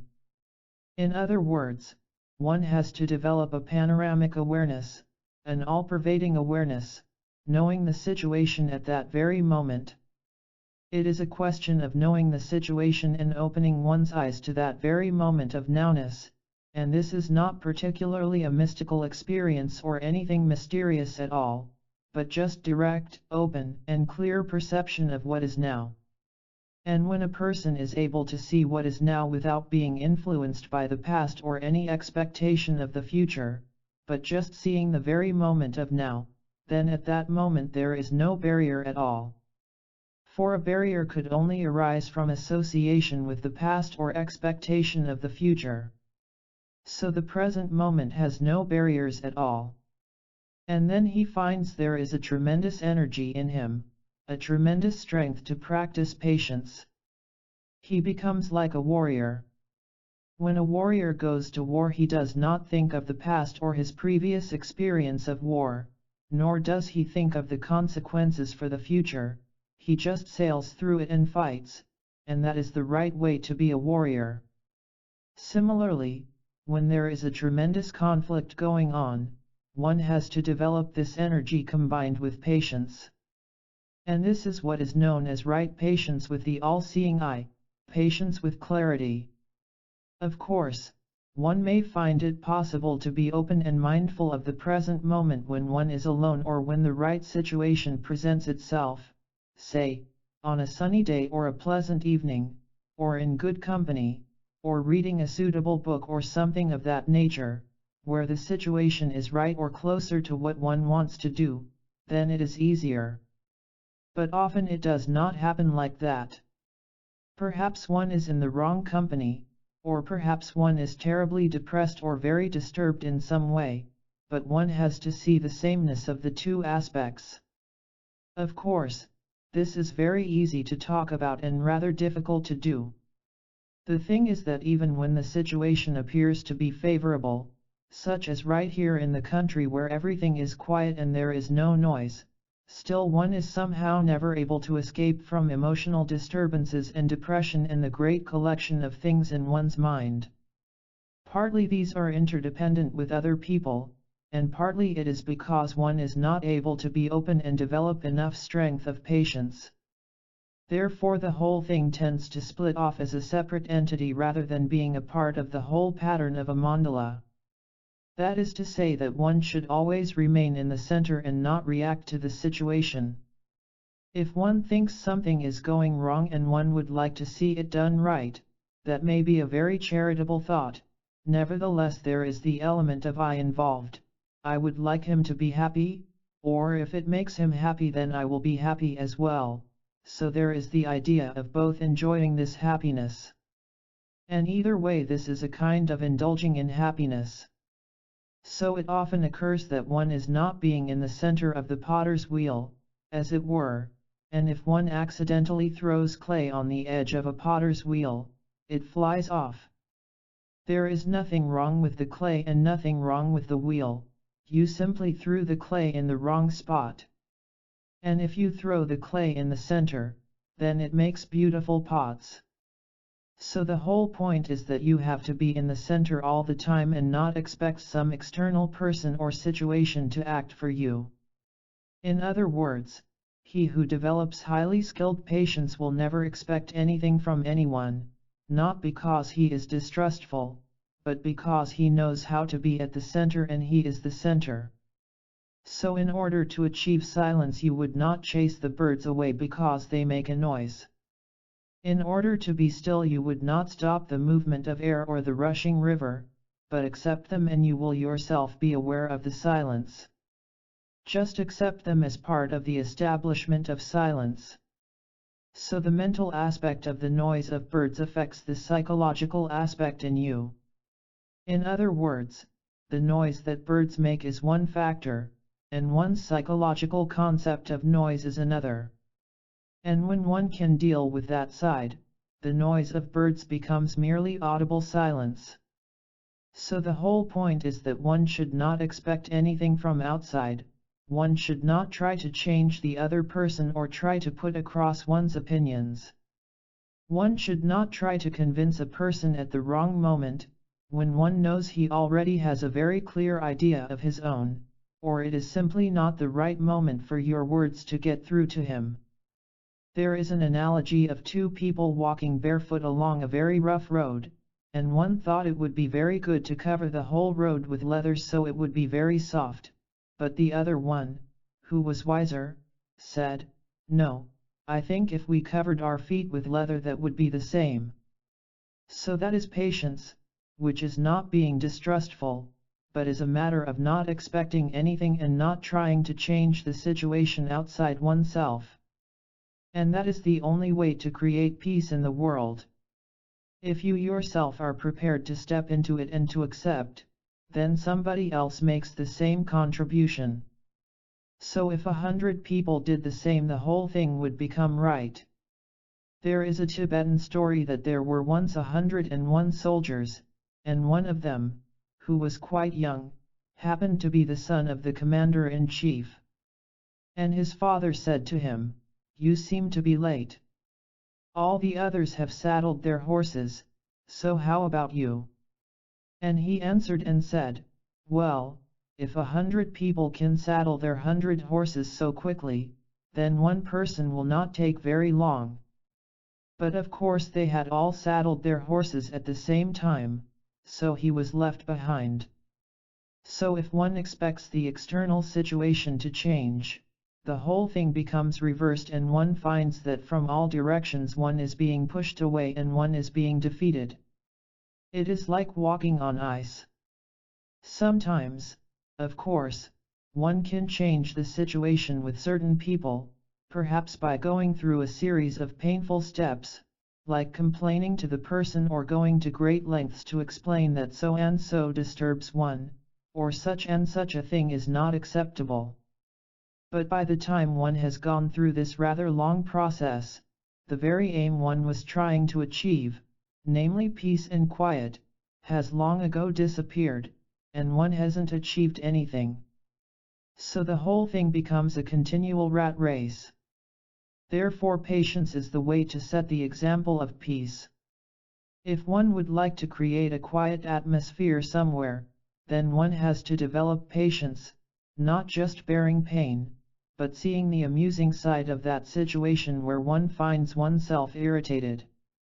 And if one is able to see that particular aspect, the ironical aspect, which is also an interesting aspect, then somehow the situation is no longer irritating and no longer intrudes on our property of silence. If one is able to accept it in a relaxed way, a quiet way, that is already the first step in producing a climate of peace and an atmosphere of quiet, and then somebody might feel that, even without saying it. So patience is the key to the development of an open center and the establishment of a stable base for the practice of meditation. Moreover, it is very important in dealing with life, in dealing with people and for living in the world in which you have to live. For most people, patience has a rather different connotation, almost puritanical, of being cool and naive and not saying very much. Life may be painful, but one just bears it with a false smile. And that is not patience at all, because if one is not prepared to be one with the situation and see the amusing aspect, then one day this puritanical forbearance is bound to break, it is bound to burst, and then there would be no place for patience at all. Meditation. Meditation is a vast subject, and there have been many developments throughout the ages and many variations among the different religious traditions. But broadly speaking, the basic character of meditation takes one of two forms. The first stems from the teachings which are concerned with the discovery of the nature of existence. The second concerns communication with the external or universal concept of God. In either case, meditation is the only way to put the teachings into practice. Where there is the concept of an external, higher being, there is also an internal personality, which is known as I or the ego. In this case, meditation practice becomes a way of developing communication with an external being. This means that one feels oneself to be inferior and one is trying to contact something higher, greater. Such meditation is based on devotion. This is basically an inward or introverted practice of meditation, which is well known in the Hindu teachings, where the emphasis is on going into the inward state of samadhi, into the depths of the heart. One finds a similar technique practiced in the orthodox teachings of Christianity, where the prayer of the heart is used and concentration on the heart is emphasized. This is a means of identifying oneself with an external being and necessitates purifying oneself. The basic belief is that one is separate from God, but there is still a link, one is still part of God. This confusion sometimes arises, and in order to clarify it, one has to work inward and try to raise the standard of individuality to the level of a higher consciousness. This approach makes use of emotions and devotional practices which are aimed at making contact with God or gods or some particular saint. These devotional practices may also include the recitation of mantra. The other principal form of meditation is almost entirely opposite in its approach, though finally it might lead to the same results. Here there is no belief in higher and lower, the idea of different levels, or of being in an underdeveloped state, does not arise. One does not feel inferior, and what one is trying to achieve is not something higher than oneself. Therefore, the practice of meditation does not require an inward concentration on the heart. There is no centralizing concept at all. Even such practices as concentrating on the chakras, or psychic centers of the body, are approached in a different way. Although in certain teachings of Buddhism the concept of chakras is mentioned, the practices connected with them are not based on the development of an inward center. So this basic form of meditation is concerned with trying to see what is. There are many variations on this form of meditation, but they are generally based on various techniques for opening oneself. The achievement of this kind of meditation is not, therefore, the result of some long-term, arduous practice through which we build ourselves up into a higher state, nor does it necessitate going into any kind of inner trance state. It is rather what one might call working meditation or extrovert meditation, where skillful means and wisdom must be combined like the two wings of a bird. This is not a question of trying to retreat from the world. In fact, without the external world, the world of apparent phenomena, meditation would be almost impossible to practice, for the individual and the external world are not separate, but merely coexist together. Therefore, the concept of trying to communicate and trying to become one with some higher being does not arise. In this kind of meditation practice, the concept of nowness plays a very important part. In fact, it is the essence of meditation. Whatever one does, whatever one tries to practice, is not aimed at achieving a higher state or at following some theory or ideal, but simply, without any object or ambition, trying to see what is here and now.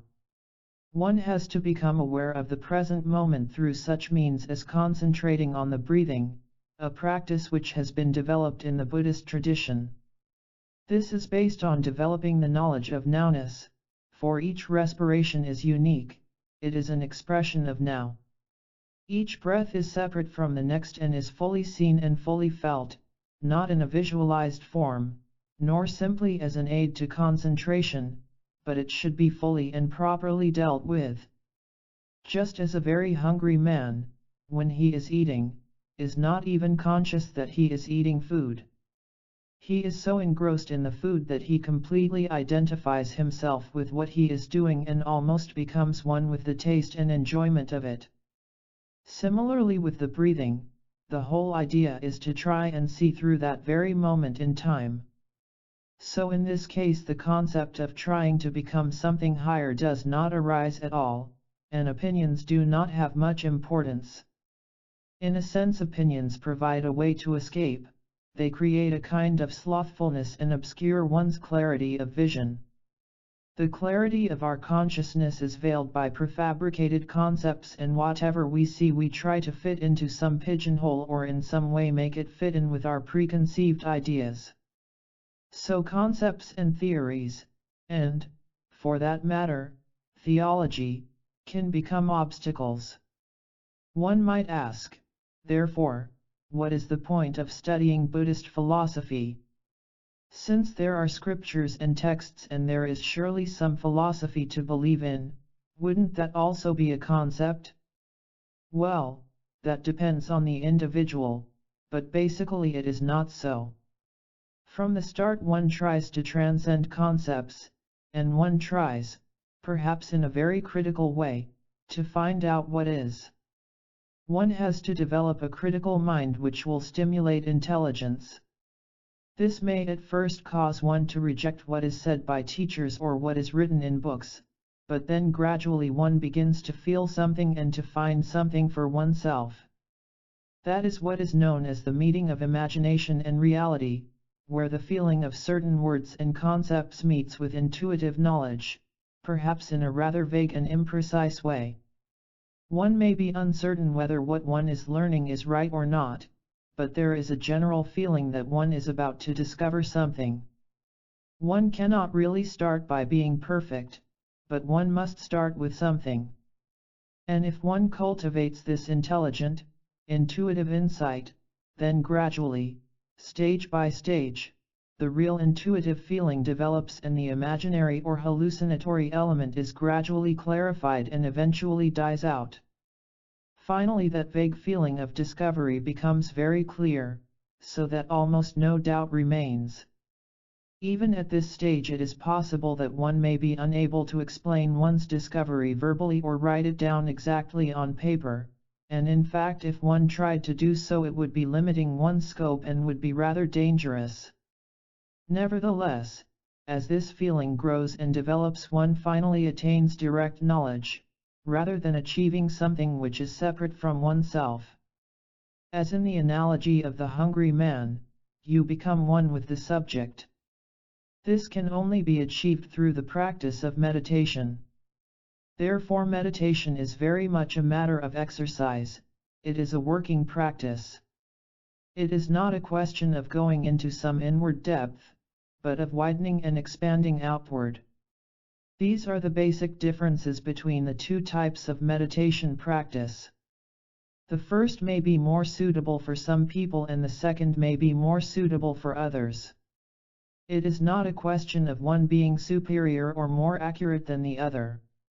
But for any form of meditation one must first overcome that great feeling of demand and ambition which acts as a major obstacle.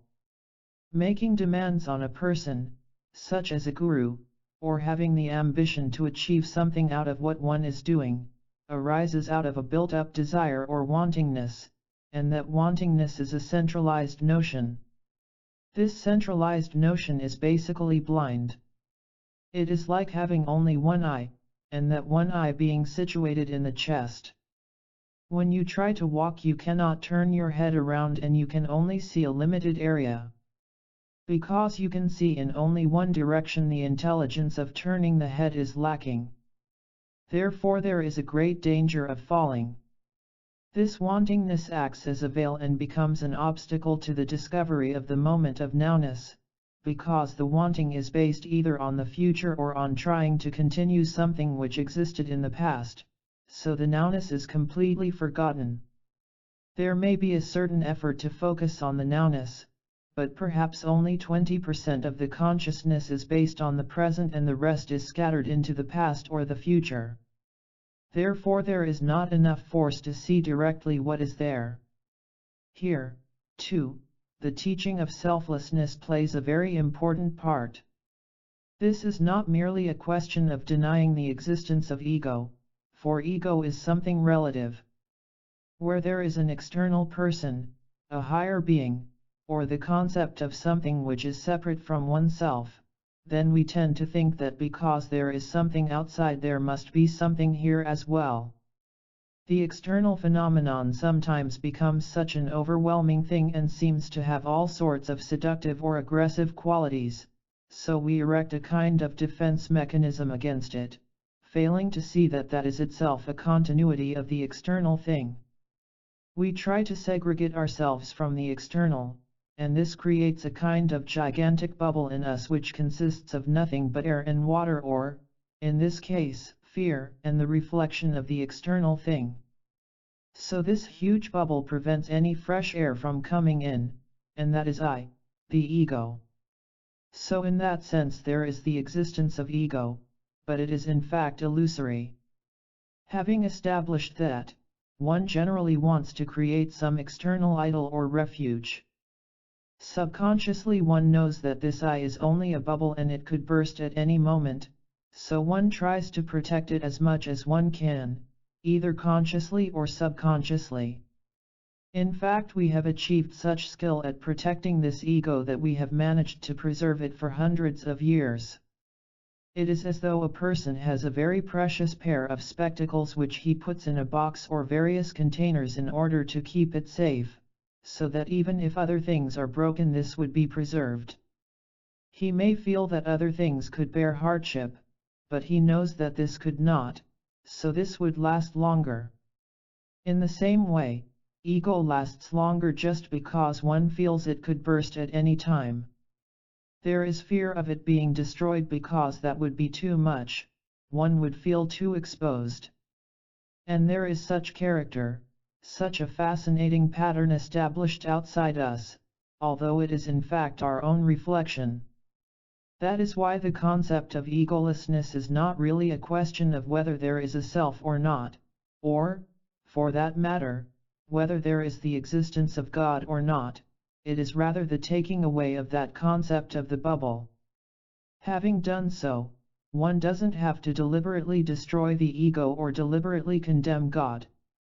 And when that barrier is removed, one can expand and swim through straight away. But this can only be achieved through the practice of meditation, which must be approached in a very practical and simple way. Then the mystical experience of joy or grace, or whatever it might be, can be found in every object. That is what one tries to achieve through vipassana, or insight meditation practice. Once we have established a basic pattern of discipline and we have developed a regular way of dealing with the situation, whether it is breathing or walking or what have you, then at some stage the technique gradually dies out. Reality gradually expands so that we do not have to use the technique at all. And in this case one does not have to concentrate inward, but one can expand outward more and more. And the more one expands, the closer one gets to the realization of centerless existence. That is the basic pattern of this kind of meditation, which is based on three fundamental factors. First, not centralizing inward. Second, not having any longing to become higher. And third, becoming completely identified with here and now. These three elements run right through the practice of meditation, from the beginning up to the moment of realization. You mentioned nowness in your talk, and I was wondering how it is possible to become aware of the Absolute through awareness of a relative moment in time? Well, we have to start by working through the relative aspect, until finally this nowness takes on such a living quality that it is no longer dependent on a relative way of expressing nowness. One might say that now exists all the time, beyond the concept of relativity. But since all concepts are based on the idea of relativity, it is impossible to find any words which go beyond that. So nowness is the only way to see directly. First it is between the past and the future, now. Then gradually one discovers that nowness is not dependent on relativity at all. One discovers that the past does not exist, the future does not exist, and everything happens now. Similarly, in order to express space one might have first to create a vase, and then one has to break it, and then one sees that the emptiness in the vase is the same as the emptiness outside. That is the whole meaning of technique. At first that nowness is, in a sense, not perfect. Or one might even say that the meditation is not perfect, it is a purely man-made practice. One sits and tries to be still and concentrates on the breathing, and so on. But then, having started in that way, one gradually discovers something more than that. So the effort one has put into it, into the discovery of nowness, for example, would not be wasted, though at the same time one might see that it was rather foolish. But that is the only way to start. For meditation, would a student have to rid himself of ego before he started, or would this come naturally as he is studying? This comes naturally, because you can't start without ego. And basically ego isn't bad. Good and bad doesn't really exist anywhere, it is only a secondary thing. Ego is, in a sense, a false thing, but it isn't necessarily bad. You have to start with ego, and use ego, and from there it gradually wears out, like a pair of shoes. But you have to use it and wear it out thoroughly, so it is not preserved. Otherwise, if you try to push ego aside and start perfect, you may become more and more perfect in a rather one-sided way, but the same amount of imperfection is building up on the other side, just as creating intense light creates intense darkness as well. You mentioned that there are two basic forms of meditation, devotional practice or trying to communicate with something higher, and the other one, which is simply awareness of what is. But this devotional practice still plays a part in Buddhism as well, and you have devotional chants and so on, so I am not quite sure how this comes in. I mean, the two appear to be different, so can they in fact be combined? Yes, but the kind of devotional practice which is found in Buddhism is merely a process of opening, of surrendering the ego. It is a process of creating a container. I don't mean to condemn the other kind of devotion, but if one looks at it from the point of view of a person who has an unskillful way of using that technique, then devotion becomes a longing to free oneself. One sees oneself as being very separate, and as being imprisoned and imperfect. One regards oneself as basically bad, and one is trying to break out. In other words, the imperfection part of oneself is identified with I, and anything perfect is identified with some external being, so all that is left is trying to get through the imprisonment. This kind of devotion is an overemphasized awareness of ego, the negative aspect of ego. Although there are hundreds of variations of devotional practice in Buddhism, and there are many accounts of devotion to gurus, or being able to communicate with the guru, and of achieving the awakened state of mind through devotion. But in these cases devotion is always begun without centralizing on the ego. In any chants or ceremonies, for example, which make use of symbolism, or the visualization of Buddhas, before any visualization is created there is first a formless meditation, which creates an entirely open space.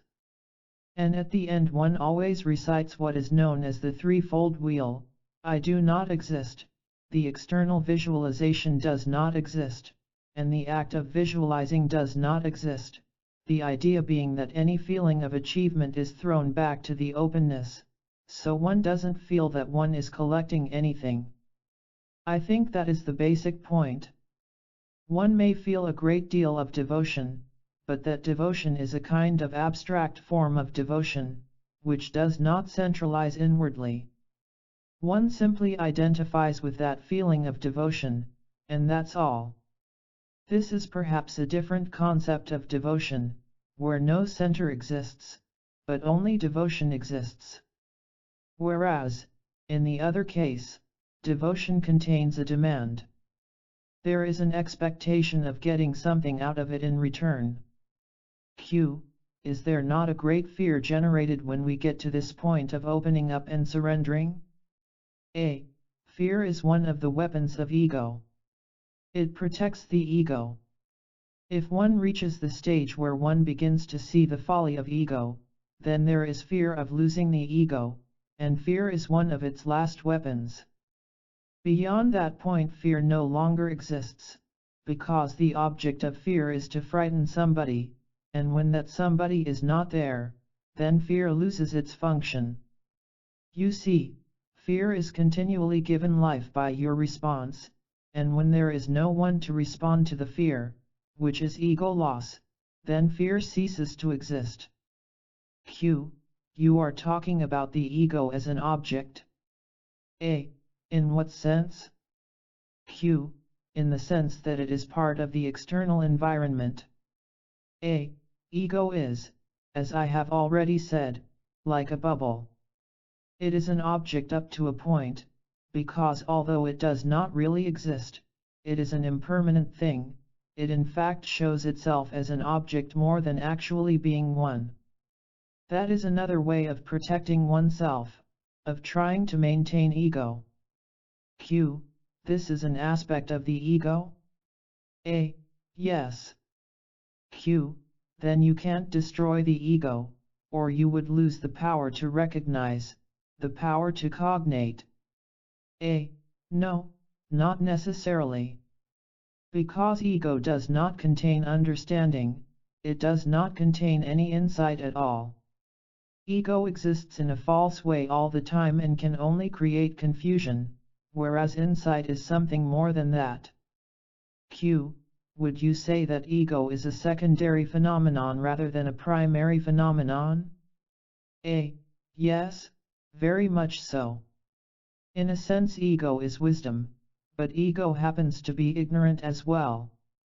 You see, when you realize that you are ignorant, that is the beginning of the discovery of wisdom, it is wisdom itself.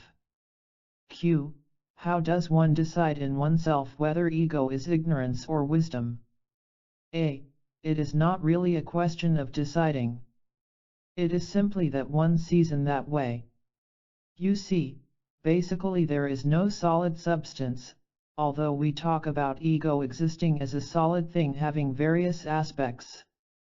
But in fact it merely lives through time as a continual process of creation. It is continually dying and being reborn all the time. Therefore ego doesn't really exist. But ego also acts as a kind of wisdom.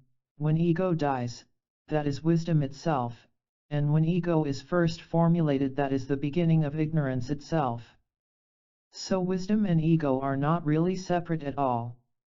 It seems rather difficult to define, and in a way one would be happier if there was clear-cut black and white, but somehow that is not the natural pattern of existence. There is no clear-cut black and white at all, and all things are interdependent. Darkness is an aspect of light, and light is an aspect of darkness, so one can't really condemn one side and build up everything on the other. It is left entirely to the individual to find his own way, and it is possible to do so. It is the same for a dog who has never swum. If he was suddenly thrown in the water he could swim. Similarly, we have a kind of spiritual instinct in us, and if we are willing to open ourselves, then somehow we find our way directly. It is only a question of opening up, and one doesn't have to have a clear-cut definition at all. Q. Would you care to sum up the purpose of meditation? A. Well, meditation is dealing with purpose itself. It is not that meditation is for something, but it is dealing with the aim. Generally we have a purpose for whatever we do, something is going to happen in the future, therefore what I am doing now is important, everything is related to that. But the whole idea of meditation is to develop an entirely different way of dealing with things, where you have no purpose at all. In fact, meditation is dealing with the question of whether or not there is such a thing as purpose. And when one learns a different way of dealing with the situation, one no longer has to have a purpose. One is not on the way to somewhere. Or rather, one is on the way and one is also at the destination at the same time. That is really what meditation is for. Q. Would you say, then, that it would be a merging with reality? A. Yes, because reality is there all the time. Reality is not a separate entity, so it is a question of becoming one with reality, or of being in reality, not achieving oneness, but becoming identified with it. One is already a part of that reality, so all that remains is to take away the doubt. Then one discovers that one has been there all the time. Q. Would it be correct to describe it as the realization that the visible is not reality? A.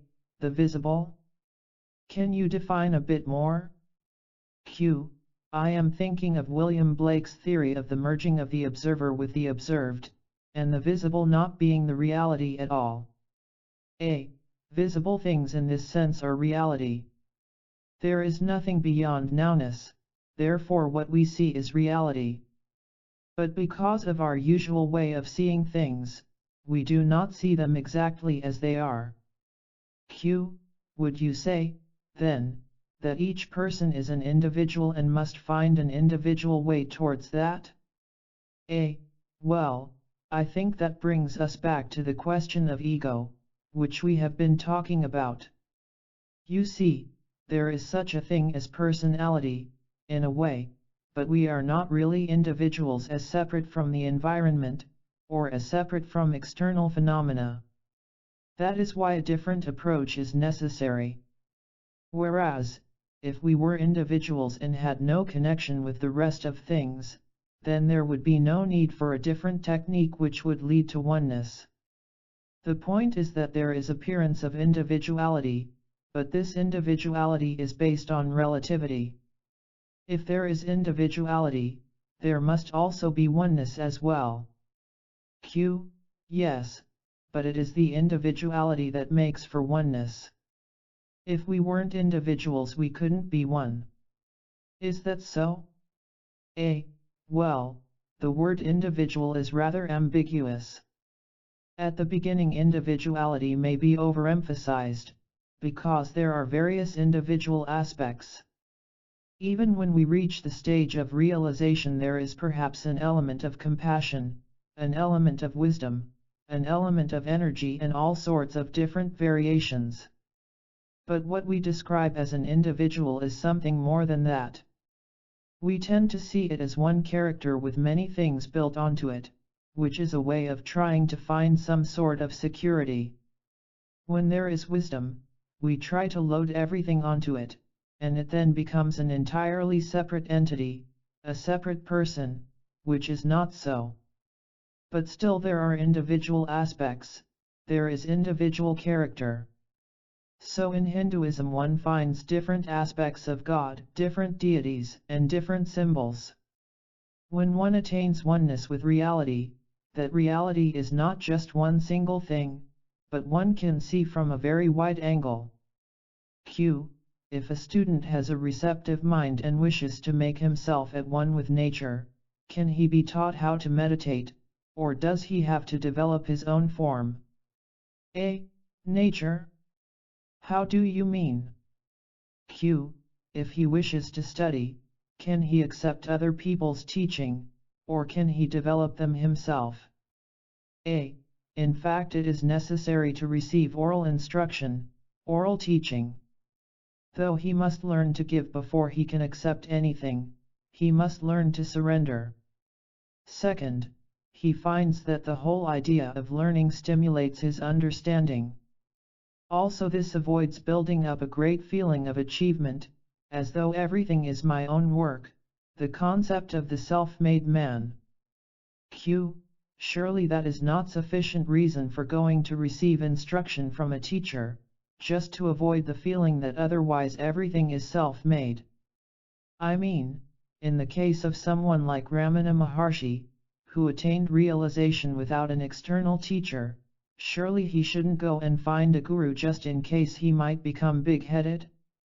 A. No. But he is exceptional, that is the whole point. There is a way, it is possible.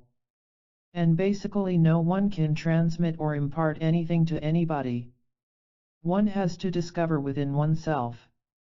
So perhaps in certain cases people could do that. But building up on oneself is somehow similar to ego's character, isn't it?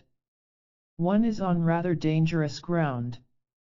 It could easily become ego's activity, because there is already the concept of I, and then one wants to build up more on that side. I think, and this may sound simple, but it is really the whole thing, that one learns to surrender gradually, and that surrendering the ego is a very big subject. Also, the teacher acts as a kind of mirror, the teacher gives back one's own reflection. Then for the first time you are able to see how beautiful you are, or how ugly you are.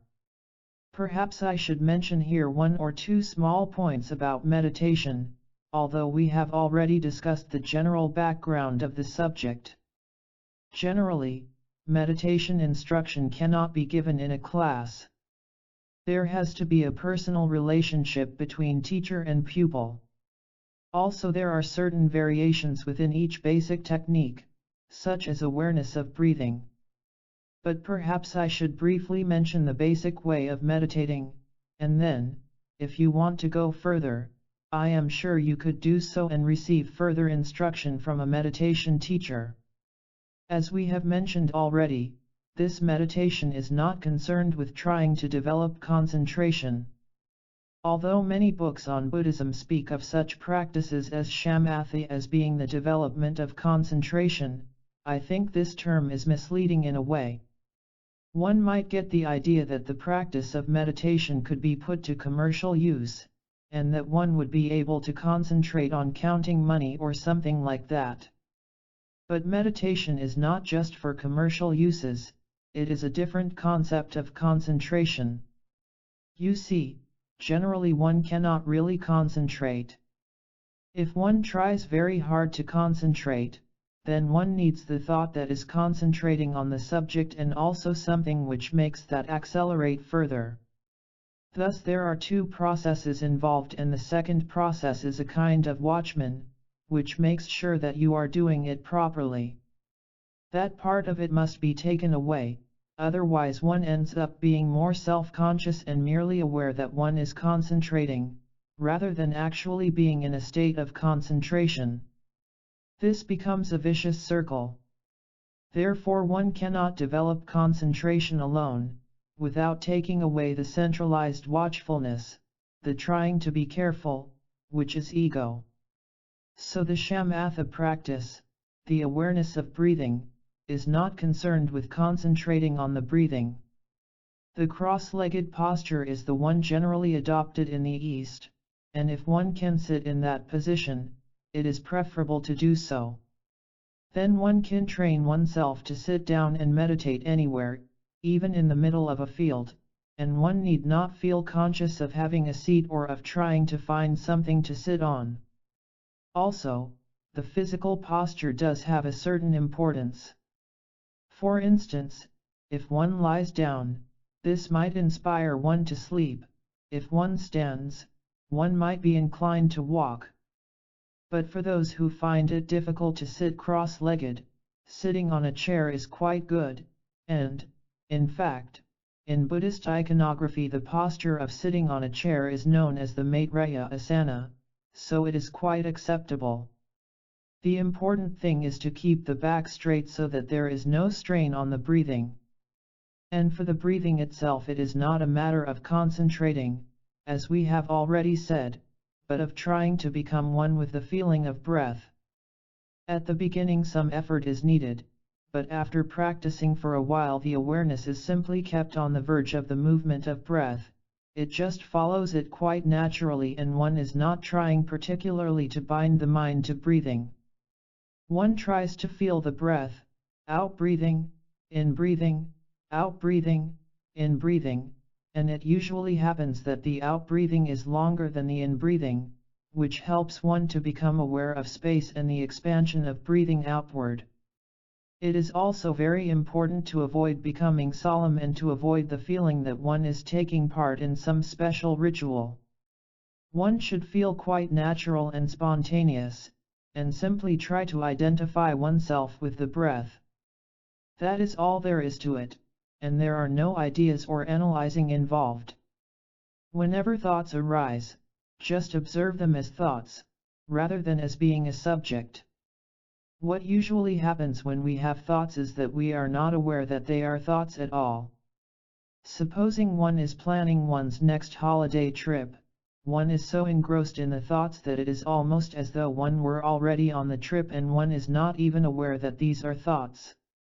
Whereas, if one sees that this is merely thought creating such a picture, one begins to discover that it has a less real quality. One should not try to suppress thoughts in meditation, but one should just try to see the transitory nature, the translucent nature of thoughts.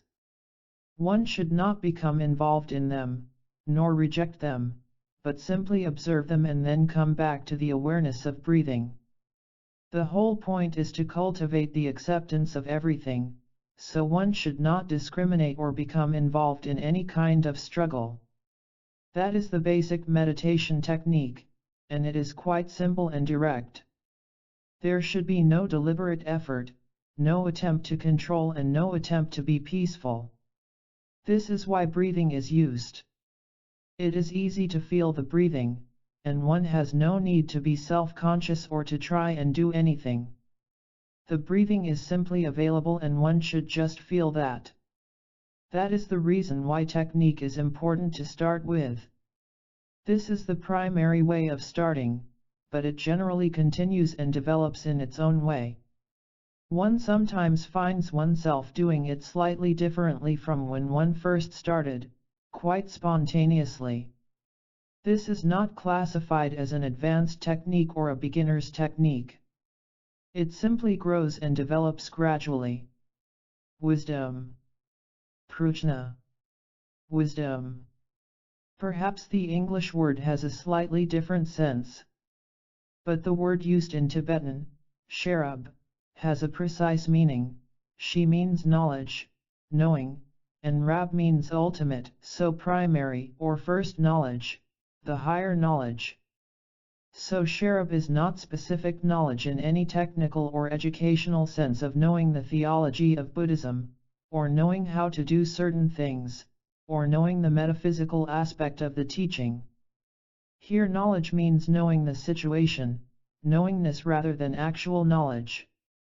It is knowledge without a self, without the self-centered consciousness that one is knowing, which is connected with ego.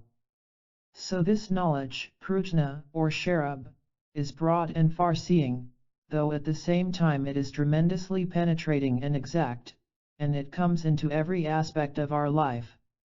It therefore plays a very important part in our development, as does upaya, method, which is the skillful means for dealing with situations in the right way. These two qualities, in fact, are sometimes compared to the two wings of a bird. Upaya is also described in the scriptures as being like a hand, which is skillful, and prajna as being axe-like, because it is sharp and penetrating. Without the axe it would be impossible to cut wood, one would simply hurt one's hand. So one may have the skillful means without being able to put it into effect. But if there is also prajna, which is like an eye, or like light, then one is able to act properly and skillfully. Otherwise the skillful means might become foolish, for only knowledge makes one wise. In fact, upaya by itself could make the greatest of fools, because everything would still be based on ego. One might see the situation up to a point and be partially able to deal with it, but one would not see it with clarity and without being affected by past and future, and one would miss the immediate nowness of the situation. But perhaps we should examine how to develop this knowingness, or sharab, before we go into any further details. Now, there are three methods which are necessary for the cultivation of sharab, and these are known in Tibetan as Topa, Sampa, and Gompa. Topa means to study the subject, Sampa means to contemplate it, and Gompa means to meditate and develop samadhi through it. So first Topa, study, which is generally associated with technical knowledge and the understanding of the scriptures and so on. But true knowledge goes much further than that, as we have already seen. And the first requirement for Topa is to develop a kind of bravery, to become a great warrior. We have mentioned this concept before, but perhaps it would be as well to go into it in more detail. Now, when the true warrior goes into battle, he does not concern himself with his past and with recollections of his former greatness and strength, nor is he concerned with the consequences for the future and with thoughts of victory or defeat or pain and death. The greatest warrior knows himself and has great confidence in himself. He is simply conscious of his opponent. He is quite open and fully aware of the situation, without thinking in terms of good and bad. What makes him a great warrior is that he has no opinions, he is simply aware. Whereas his opponents, being emotionally involved in the situation, would not be able to face him, because he is acting truly and sailing through their fear and is able to attack the enemy with effect. Therefore Topa, study and understanding, demands the quality of a great warrior. One should try to develop theoretical knowledge without being concerned with the past or the future.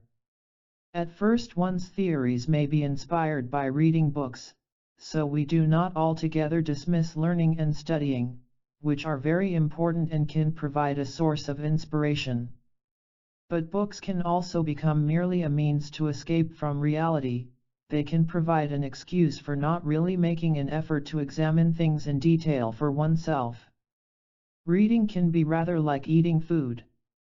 Up to a point one eats from physical necessity, but beyond that one is doing it for pleasure, because one likes the taste of food, or possibly just to fill up time. It is either breakfast time or lunch time or tea time or time for dinner. In the development of sharab it is clear that we do not read merely to accumulate information. We should read with great openness without making judgments, and just try to receive. The analogy is sometimes made of a child in a toy shop. He is so interested in everything that he becomes one with all the toys in the shop, and finally he has great difficulty in deciding which one to buy. He loses the very concept of having an opinion, such as I want to buy this, I don't want to buy that. He becomes one with everything to such a point that he just can't decide. Learning should be like that, without opinions, I like this, I don't like that, but just accepting. Not because it is in the scriptures or because some teacher says so and you have to accept it as an authority, nor because you don't have the right to criticize, but rather accepting out of sheer openness, without any obstacles. So read and study and develop a kind of inspiration from it. You can get a great deal from all kinds of books, but there is a limit, and when you develop a kind of general inspiration and self-confidence, then you should stop reading. This is the first stage of Topa, where one develops theory. And it often happens at a certain point that this theory appears almost in the guise of experience, so that one may feel one has reached a state of spiritual ecstasy or enlightenment. There is a great excitement and one almost feels one has seen reality itself. One may even be so carried away as to start writing great essays on the subject. But at this stage one must be very careful and try to avoid laying too much emphasis on the belief that one has made some wonderful new discovery. The exciting part of it should not be too important, the main thing is how to put your knowledge into effect, otherwise one becomes like a poor beggar who has just discovered a sack of gold. He is overcome with excitement at having found it because in his mind gold is vaguely associated with food. But he has no idea how to put it to use by buying and selling to actually obtain the food. He has never dealt with that side of it before, so it is rather a problem. Similarly, one should not be overexcited by one's discovery. One has to exercise some restraint, although this experience may be even more exciting than reaching the state of Buddhahood. The trouble is that one sets such a high value on this knowledge, and by being too excited about it one is prevented from going beyond the dualistic way of seeing the situation. One attaches a great deal of importance to one's achievement, with the result that this excitement is still based on the self, on ego. Therefore one has to deal with it skillfully and even apply sharab, wisdom, to cope with the situation. So what one has found has to be put into effect immediately. It must not become a kind of tool that one merely shows off to other people. Nor must one become addicted to it, but use it only when the need arises. Of course this theoretical knowledge is very interesting. One can talk so much about it, there are a great many words involved, and there is great pleasure in telling other people all about it. One may spend hours and hours talking and arguing and trying to demonstrate one's theory and prove its validity. One even develops a kind of evangelical attitude of trying to convert others to one's discovery, because one is intoxicated by it. But that is still theory. And from there we come to Sampa, which is reflective meditation, or contemplating and pondering on the subject. Sampa is not meditating in the sense of developing mindfulness and so on, but meditating on the subject and digesting it properly. In other words, what one has learned is not yet sufficiently developed to enable one to deal with the practical things of life. For example, one might be talking about one's great discovery when some catastrophe occurs, say, the milk boils over or something like that. It might be something quite ordinary, but it seems to be rather exciting and terrible in a way. And the transition, from discussing this subject to controlling the milk, is just too much. The one is so elevated and the other is so ordinary and mundane that somehow one finds it very difficult to put one's knowledge into effect on that level. The contrast is too great and, as a result, one becomes upset, suddenly switches off and returns to the ordinary level of ego. So in this kind of situation there is a big gap between the two things, and we have to learn to deal with this and somehow make the connection with everyday life, and to identify our activities with what we have learned in the way of wisdom and theoretical knowledge. Of course our theory is something far beyond just ordinary theory, which one might have worked out mathematically to produce a feasible proposition. One is involved and there is great feeling in it. Nevertheless, this is only theory, and for that very reason one finds it difficult to put it into effect. It seems true, it seems to convey something, when you only think on that subject, but it tends to remain static. So Sampa, reflective meditation, is necessary because one needs to calm down after the initial excitement of discovery and one has to find a way of relating one's newfound knowledge to oneself on a practical level. Suppose, for example, that you are just sitting at home with your family around you, having a cup of tea. Everything is normal and you are quite comfortable and contented, Now, how are you to link your exciting discovery of transcendental knowledge with that particular situation, with the feeling of that particular moment? How can one apply sharab, wisdom, in that particular environment? Of course, one generally associates wisdom with some special activity and one immediately rejects the present situation. One tends to think, well, what I have been doing up to now is not the real thing, so what I must do is leave here and go to such and such a place. I must go and practice and digest my knowledge in the wilds of Scotland, in a Tibetan monastery. But something is not quite right, because sooner or later you have to return to that same familiar street and those same familiar people, and everyday life continues on and on, one can never escape from it. So the point is, one must not try to change the situation, in fact one cannot. Since you are not a king, who could just give an order and stop things happening, you can only deal with what is nearest to you, which is yourself. Still you have a certain amount of apparent freedom to make decisions, and you may decide to go away. But in reality that is another way of trying to stop the world, though of course everything depends on your attitude. If one is thinking only in terms of trying to learn something further and not of rejecting one's environment, that is fine. The difficulty arises because one tends to go away after a particular incident where things seemed rather unreal and unpleasant, and one has the idea that if only one were in a special environment, or situation, one would see it all clearly. But that is a way of putting things off until tomorrow, and that will not do at all. This doesn't mean, of course, that one should not go to a meditation center and study or go into retreat for a period, but it should not be trying to escape. Though one may be able to open oneself more in that particular place, that does not mean that the external situation alone could enable one to change and develop. One must not blame one's surroundings, one must not blame people, one must not blame external conditions, but without trying to change anything, just step in and try to observe. That is real sampa, real contemplation on the subject. And when one is able to overcome the romantic and emotional attitude, one discovers truth even in the kitchen sink.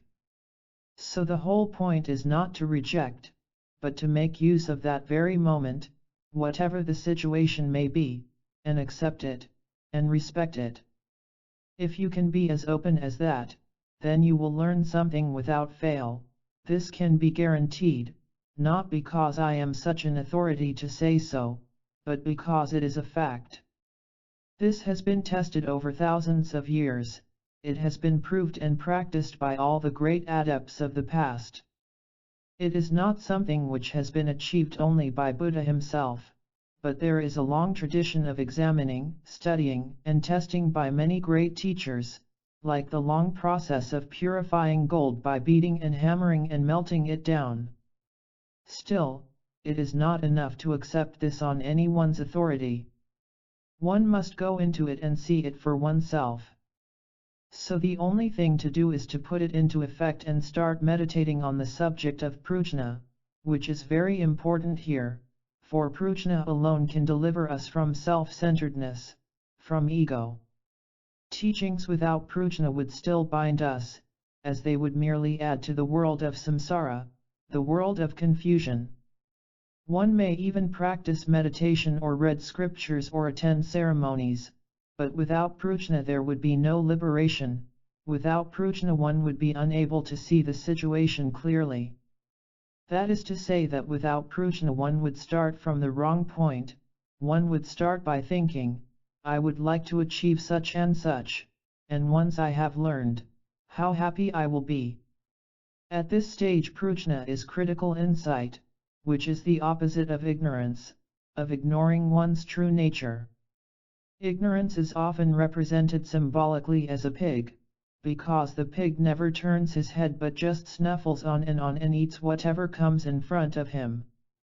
So it is prajna which enables us not merely to consume whatever is put in front of us, but to see it with critical insight. Finally we come to Gampa, meditation. First we had theory, then contemplation, and now meditation in the sense of samadhi. The first stage of Gampa is to ask oneself, who am I? Though this is not really a question. In fact it is a statement, because who am I contains the answer. The thing is not to start from I and then want to achieve something, but to start directly with the subject. In other words, one starts the real meditation without aiming for anything, without the thought, I want to achieve. Since one does not know who am I, one would not start from I at all, and one even begins to learn from beyond that point. What remains is simply to start on the subject, to start on what is, which is not really I am. So one goes directly to that, directly to the is. This may sound a bit vague and mysterious, because these terms have been used so much and by so many people. We must try then to clarify this by relating it to ourselves.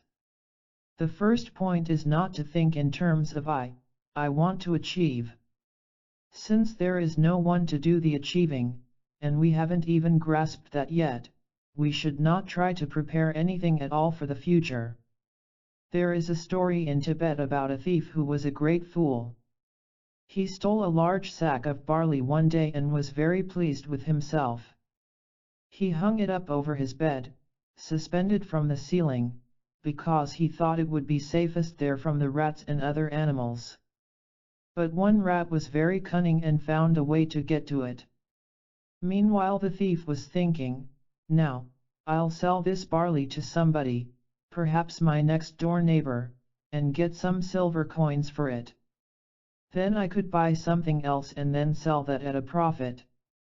If I go on like this I'll soon be very rich, then I can get married and have a proper home.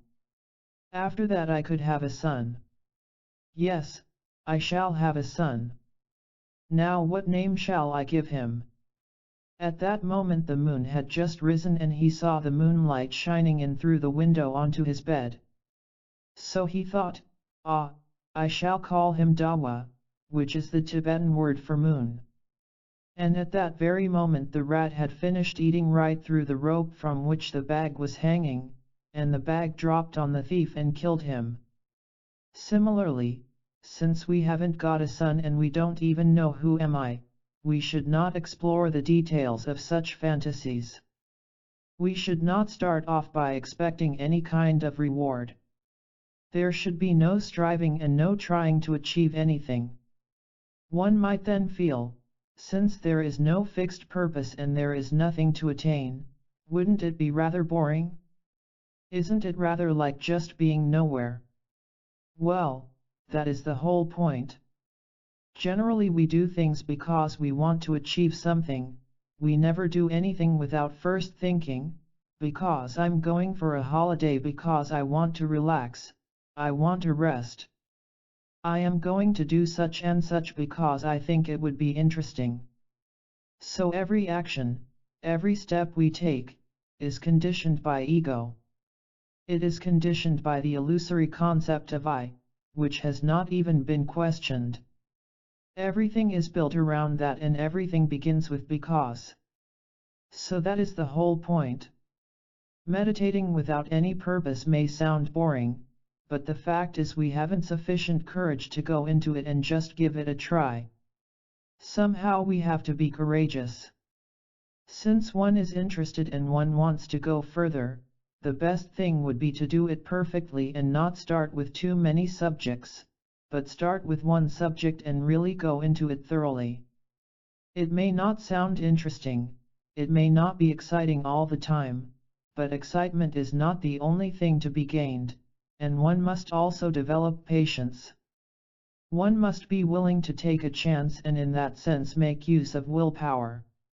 One has to go forward without fear of the unknown, and if one does go a little bit further, one finds it is possible to start without thinking because, without thinking I will achieve something, without just living in the future. One must not build fantasies around the future and just use that as one's impetus and source of encouragement, but one should try to get the real feeling of the present moment. That is to say that meditation can only be put into effect if it is not conditioned by any of our normal ways of dealing with situations. One must practice meditation directly without expectation or judgment and without thinking in terms of the future at all. Just leap into it. Jump into it without looking back. Just start on the technique without a second thought. Techniques, of course, vary a great deal, as everything depends on the person's character. Therefore no generalized technique can be suggested. Well, those are the methods by which wisdom, sharab, can be developed. Now, wisdom sees so far and so deep, it sees before the past and after the future. In other words, wisdom starts without making any mistakes, because it sees the situation so clearly. So for the first time we must begin to deal with situations without making the blind mistake of starting from I, which doesn't even exist. And having taken that first step, we will find deeper insight and make fresh discoveries, because for the first time we will see a kind of new dimension. We will see that one can in fact be at the end result at the same time that one is traveling along the path. This can only happen when there is no I to start with, when there is no expectation. The whole practice of meditation is based on this ground. And here you can see quite clearly that meditation is not trying to escape from life, it is not trying to reach a utopian state of mind, nor is it a question of mental gymnastics. Meditation is just trying to see what is, and there is nothing mysterious about it. Therefore one has to simplify everything right down to the immediate present practice of what one is doing, without expectations, without judgments, and without opinions. Nor should one have any concept of being involved in a battle against evil or of fighting on the side of good. At the same time one should not think in terms of being limited, in the sense of not being allowed to have thoughts or even think of I, because that would be confining oneself in such a small space that it would amount to an extreme form of sila, or discipline. Basically there are two stages in the practice of meditation. The first involves disciplining oneself to develop the first starting point of meditation, and here certain techniques, such as observing the breathing, are used. At the second stage one surpasses and sees the reality behind the technique of breathing, or whatever the technique may be, and one develops an approach to actual reality through the technique, a kind of feeling of becoming one with the present moment. This may sound a little bit vague, but I think it is better to leave it that way, because as far as the details of meditation are concerned I don't think it helps to generalize. Since the techniques depend on the need of the person, they can only be discussed individually, one cannot conduct a class on meditation practice. Afterward. On January 17, 1960, Chogyam Trungpa Rinpoche and a small group of refugees crossed the border from the Pemako region of Tibet into India, pursued by Chinese communist troops intent on either killing or imprisoning them. At that time Rinpoche was barely 19 years old.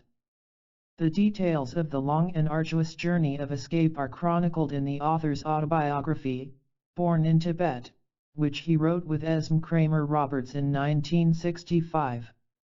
It was first published in London by George Allen and Unwin in 1966. We learn of his early life as a monk and training as the 11th Trungpa Tulku, the incarnate Lama and supreme head of the Surmang monasteries. Trungpa Rinpoche remained in India until 1963. His first experiences as a refugee involved hard menial labor, including road work. Frida Beatty, an Englishwoman living in India, worked together with the Dalai Lama, who had also recently escaped Tibet, and the Tibetan government in exile to establish the young Lama's home school in New Delhi, a place where young incarnate lamas could continue their religious education and also begin to learn English and Hindi. His Holiness named Trungpa Rinpoche its spiritual advisor. It was from Mrs. Beatty and other Westerners, especially John Driver, an Englishman and devoted student of Dilgo Khyentse Rinpoche, that Trungpa Rinpoche began to learn the English language.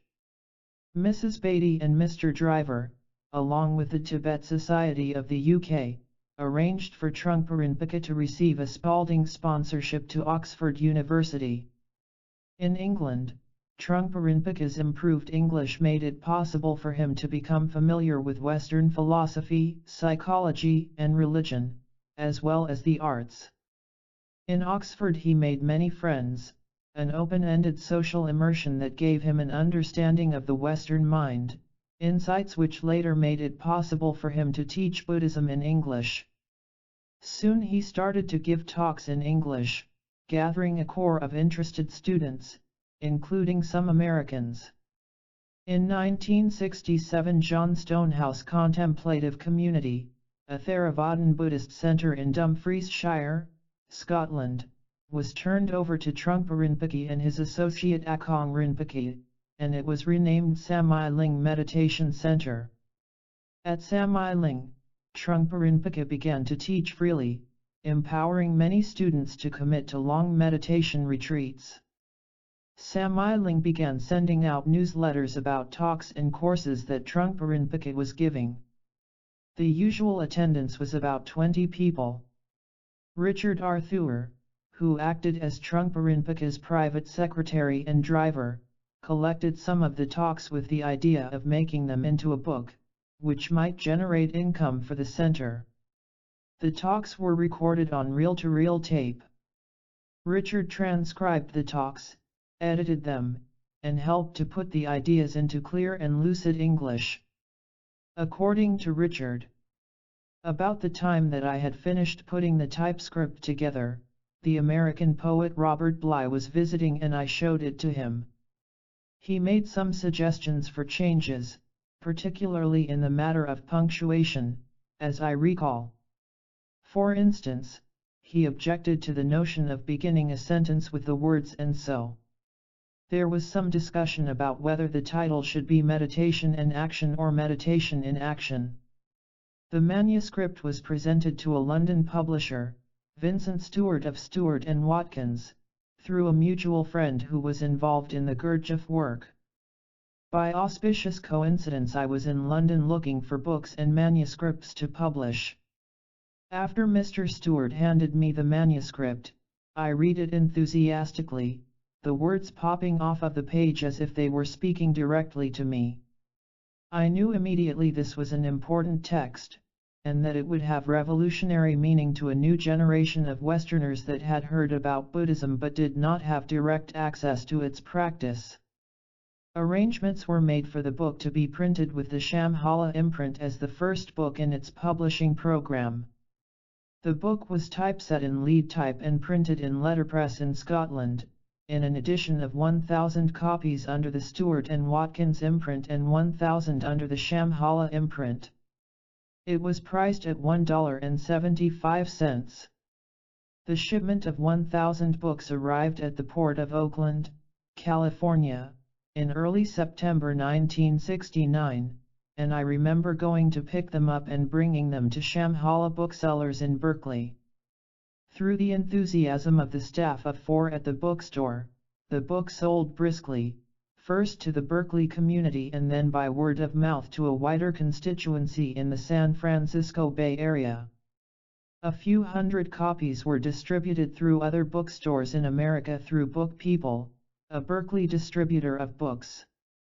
Within a month a reprint of 3,000 copies had to be printed.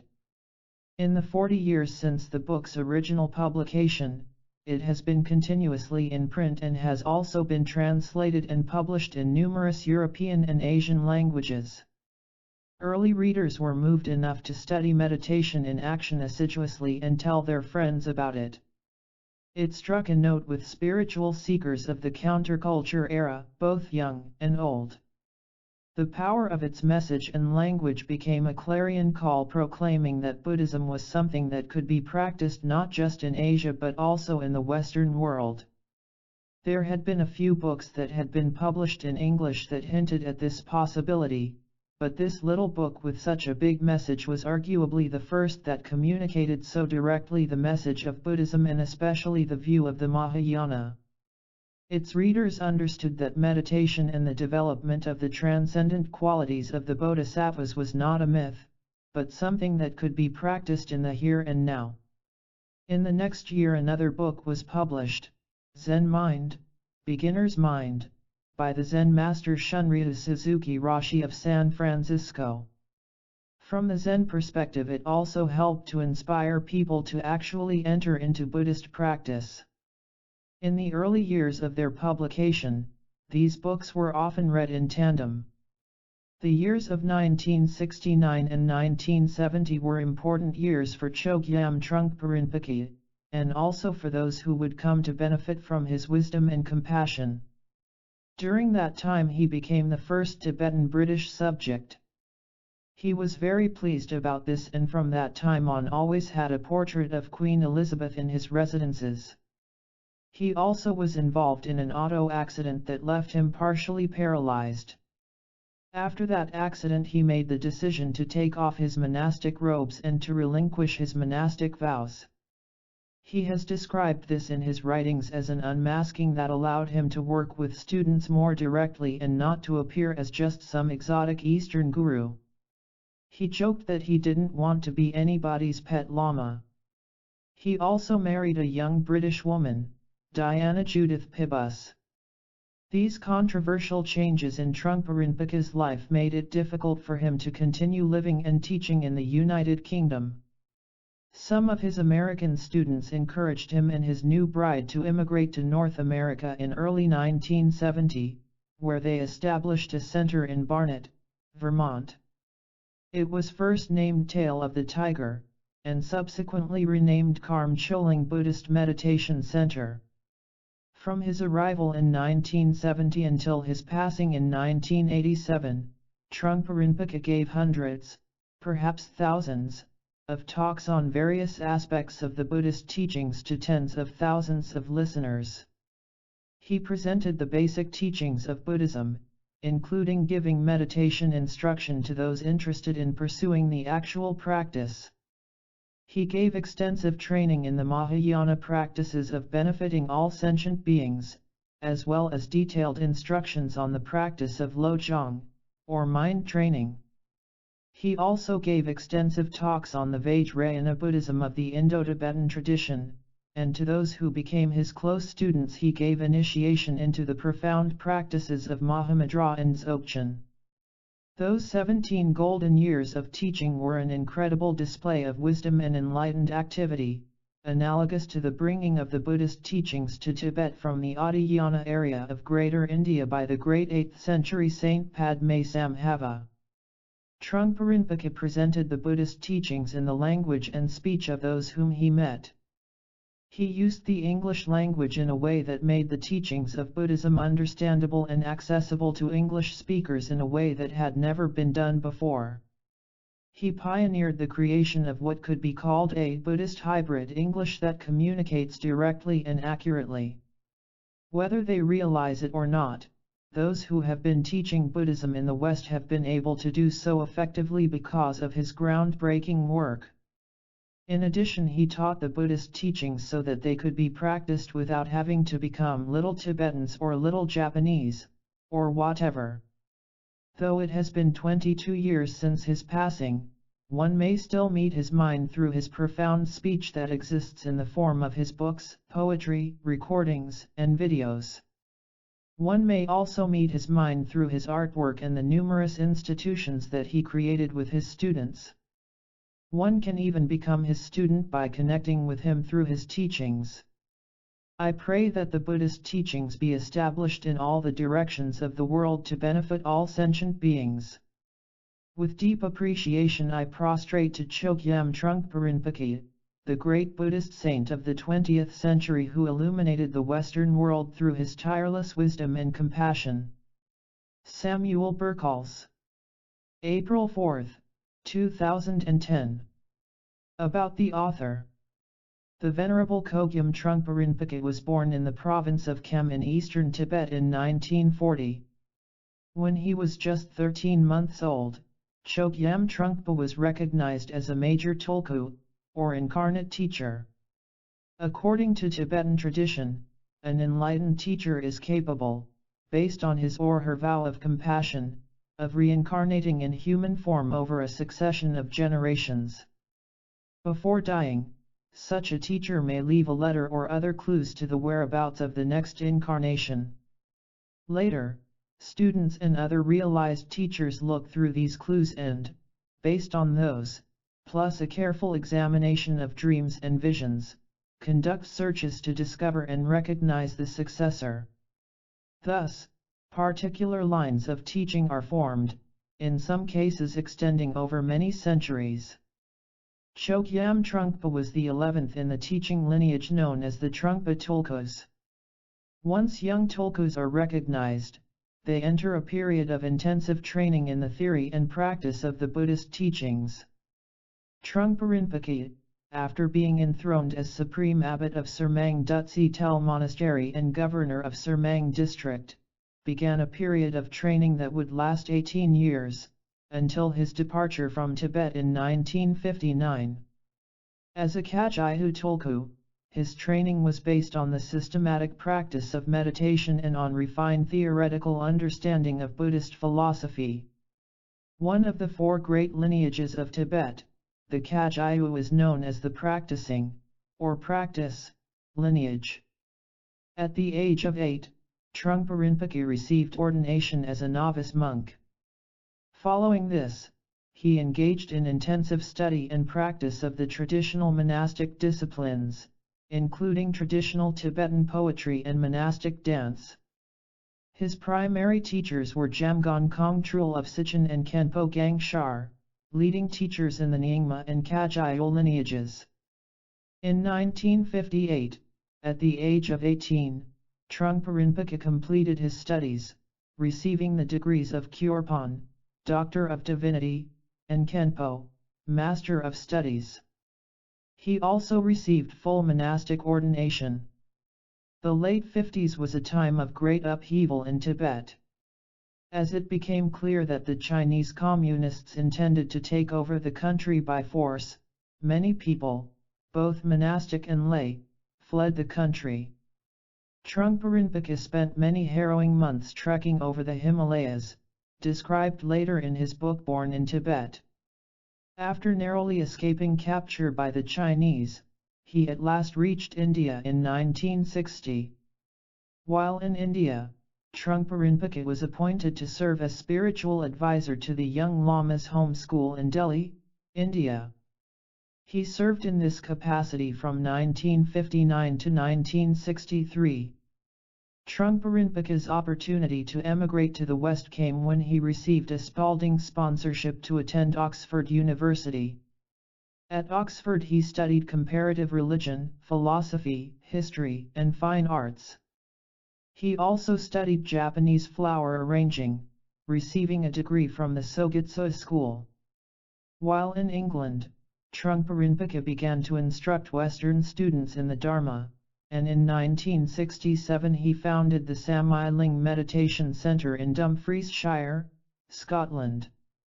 During this period, he also published his first two books, both in English, Born in Tibet, 1966, and Meditation in Action, 1969. In 1968 Trungpa Rinpoche traveled to Bhutan, where he entered into a solitary meditation retreat. While on retreat, Rinpoche received a pivotal terma text for all of his teaching in the West, the Sadhana of Mahamudra, a text that documents the spiritual degeneration of modern times and its antidote, genuine spirituality that leads to the experience of naked and luminous mind. This retreat marked a pivotal change in his approach to teaching. Soon after returning to England, he became a layperson, putting aside his monastic robes and dressing in ordinary Western attire.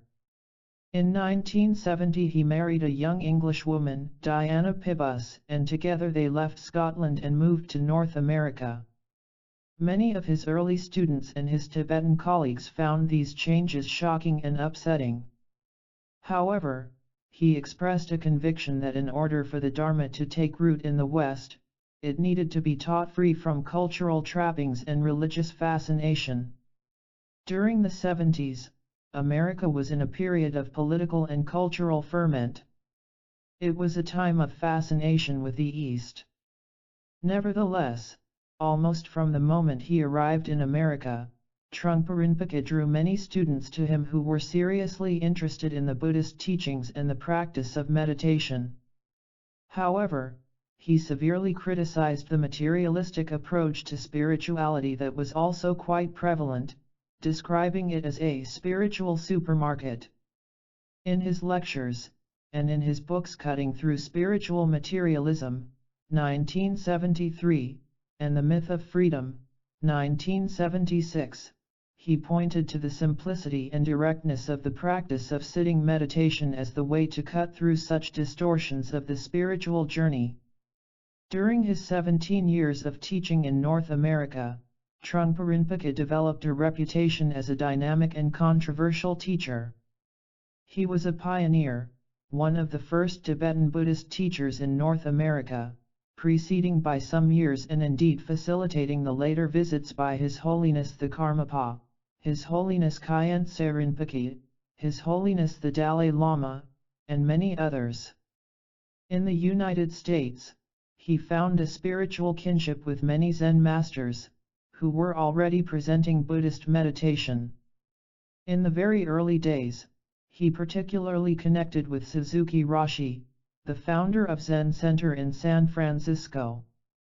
In later years he was close with Kobun Chino Roshi and Bill Kwong Roshi in Northern California, with Maezumi Roshi, the founder of the Los Angeles Zen Center, and with Ido Roshi, abbot of the New York Zendo Shoboji. Fluent in the English language, Chogyam Trungpa was one of the first Tibetan Buddhist teachers who could speak to Western students directly, without the aid of a translator. Traveling extensively throughout North America and Europe, he gave thousands of talks and hundreds of seminars. He established major centers in Vermont, Colorado, and Nova Scotia, as well as many smaller meditation and study centers in cities throughout North America and Europe. Vajradhara was formed in 1973 as the central administrative body of this network. In 1974 Trungpa Rinpoche founded the Naropa Institute, now Naropa University, which became the first and only accredited Buddhist-inspired university in North America. He lectured extensively at the Institute, and his book Journey Without Goal, 1981, is based on a course he taught there. In 1976 he established the Shambhala Training Program, a series of seminars that present a non-sectarian path of spiritual warriorship grounded in the practice of sitting meditation. His book Shambhala, The Sacred Path of the Warrior, 1984, gives an overview of the Shambhala teachings. In 1976 Trungpa Rinpoche appointed Asal Tenzin, Thomas F. Rich, as his Vajra regent, or Dharma heir. Asal Tenzin worked closely with Trungpa Rinpoche in the administration of Vajradhara and Shambhala training.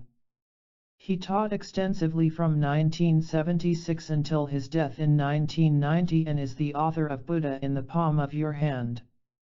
Trungpa Rinpoche was also active in the field of translation. Working with Francesca Fremantle, he rendered a new translation of the Tibetan Book of the Dead, which was published in 1975. Later he formed the Nalanda Translation Committee in order to translate texts and liturgies for his own students as well as to make important texts available publicly. In 1979 Trungpa Rinpoche conducted a ceremony empowering his eldest son, Asal Rangdrol Mukpo, as his successor in the Shambhala lineage. At that time he gave him the title of Sawang, Earth Lord. Trungpa Rinpoche was also known for his interest in the arts and particularly for his insights into the relationship between contemplative discipline and the artistic process. 2 books published since his death, The Art of Calligraphy, 1994, and Dharma Art, 1996, a new edition appeared in 2008 under the title True Perception, The Path of Dharma Art, present this aspect of his work. His own artwork included calligraphy, painting, flower arranging, poetry, playwriting, and environmental installations.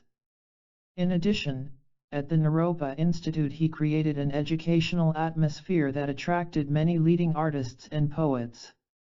The exploration of the creative process in light of contemplative training continues there as a provocative dialogue. Trungpa Rinpoche also published 2 books of poetry, Madra, 1972, and First Thought Best Thought, 1983.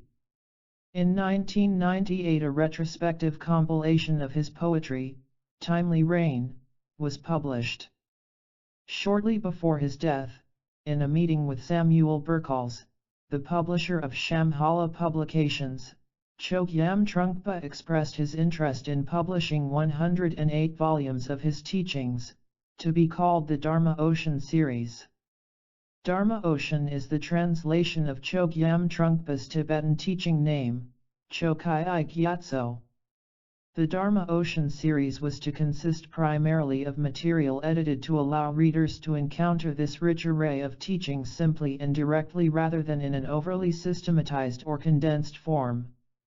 In 1991 the first posthumous volume in the series, Crazy Wisdom, was published, and another 7 volumes followed in the ensuing years. Plans continue for many future volumes of his teachings to be published. Trungpa Rinpoche's published books represent only a fraction of the rich legacy of his teachings. During his 17 years of teaching in North America, he crafted the structures necessary to provide his students with thorough, systematic training in the Dharma. From introductory talks and courses to advanced group retreat practices, these programs emphasized a balance of study and practice, of intellect and intuition. Chogyam Trungpa by Fabrice Middle, a biography, details the many forms of training that Chogyam Trungpa developed. Dragon Thunder, My Life with Chogyam Trungpa, is the story of Rinpoche's life as told by Diana Mukpo. This also provides insight into the many forms that he crafted for Buddhism in North America. In addition to his extensive teachings in the Buddhist tradition, Trungpa Rinpoche also placed great emphasis on the Shambhala teachings, which stress the importance of meditation in action, synchronizing mind and body, and training oneself to approach obstacles or challenges in everyday life with the courageous attitude of a warrior, without anger. The goal of creating an enlightened society is fundamental to the Shambhala teachings. According to the Shambhala approach, the realization of an enlightened society comes not purely through outer activity, such as community or political involvement, but from appreciation of the senses and the sacred dimension of day-to-day life. A second volume of these teachings, entitled Great Eastern Sun, was published in 1999. The final volume of these teachings, Smile at Fear, appeared in 2009. Chogyam Trungpa died in 1987, at the age of 47. By the time of his death, he was known not only as Rinpoche, Precious Jewel, but also as Vajrakarya, Vajra Holder, and as Vidyadhara, Wisdom Holder, for his role as a master of the Vajrayana, or Tantric teachings of Buddhism.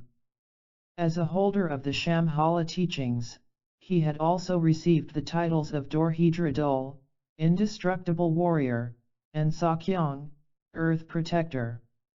He is survived by his wife, Diana Judith Mukpo, and 5 sons. His eldest son, the Sawang Asal Rangdrol Mukpo, succeeds him as the spiritual head of Vajradhatu.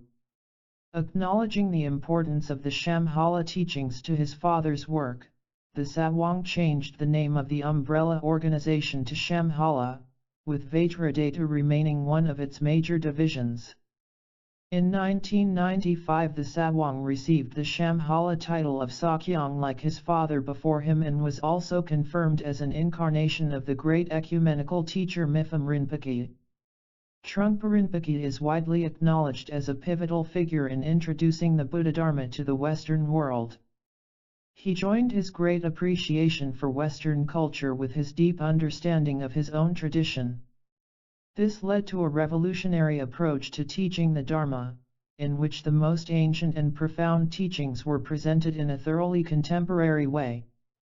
Trungpa Rinpoche was known for his fearless proclamation of the Dharma, free from hesitation, true to the purity of the tradition, and utterly fresh. May these teachings take root and flourish for the benefit of all sentient beings.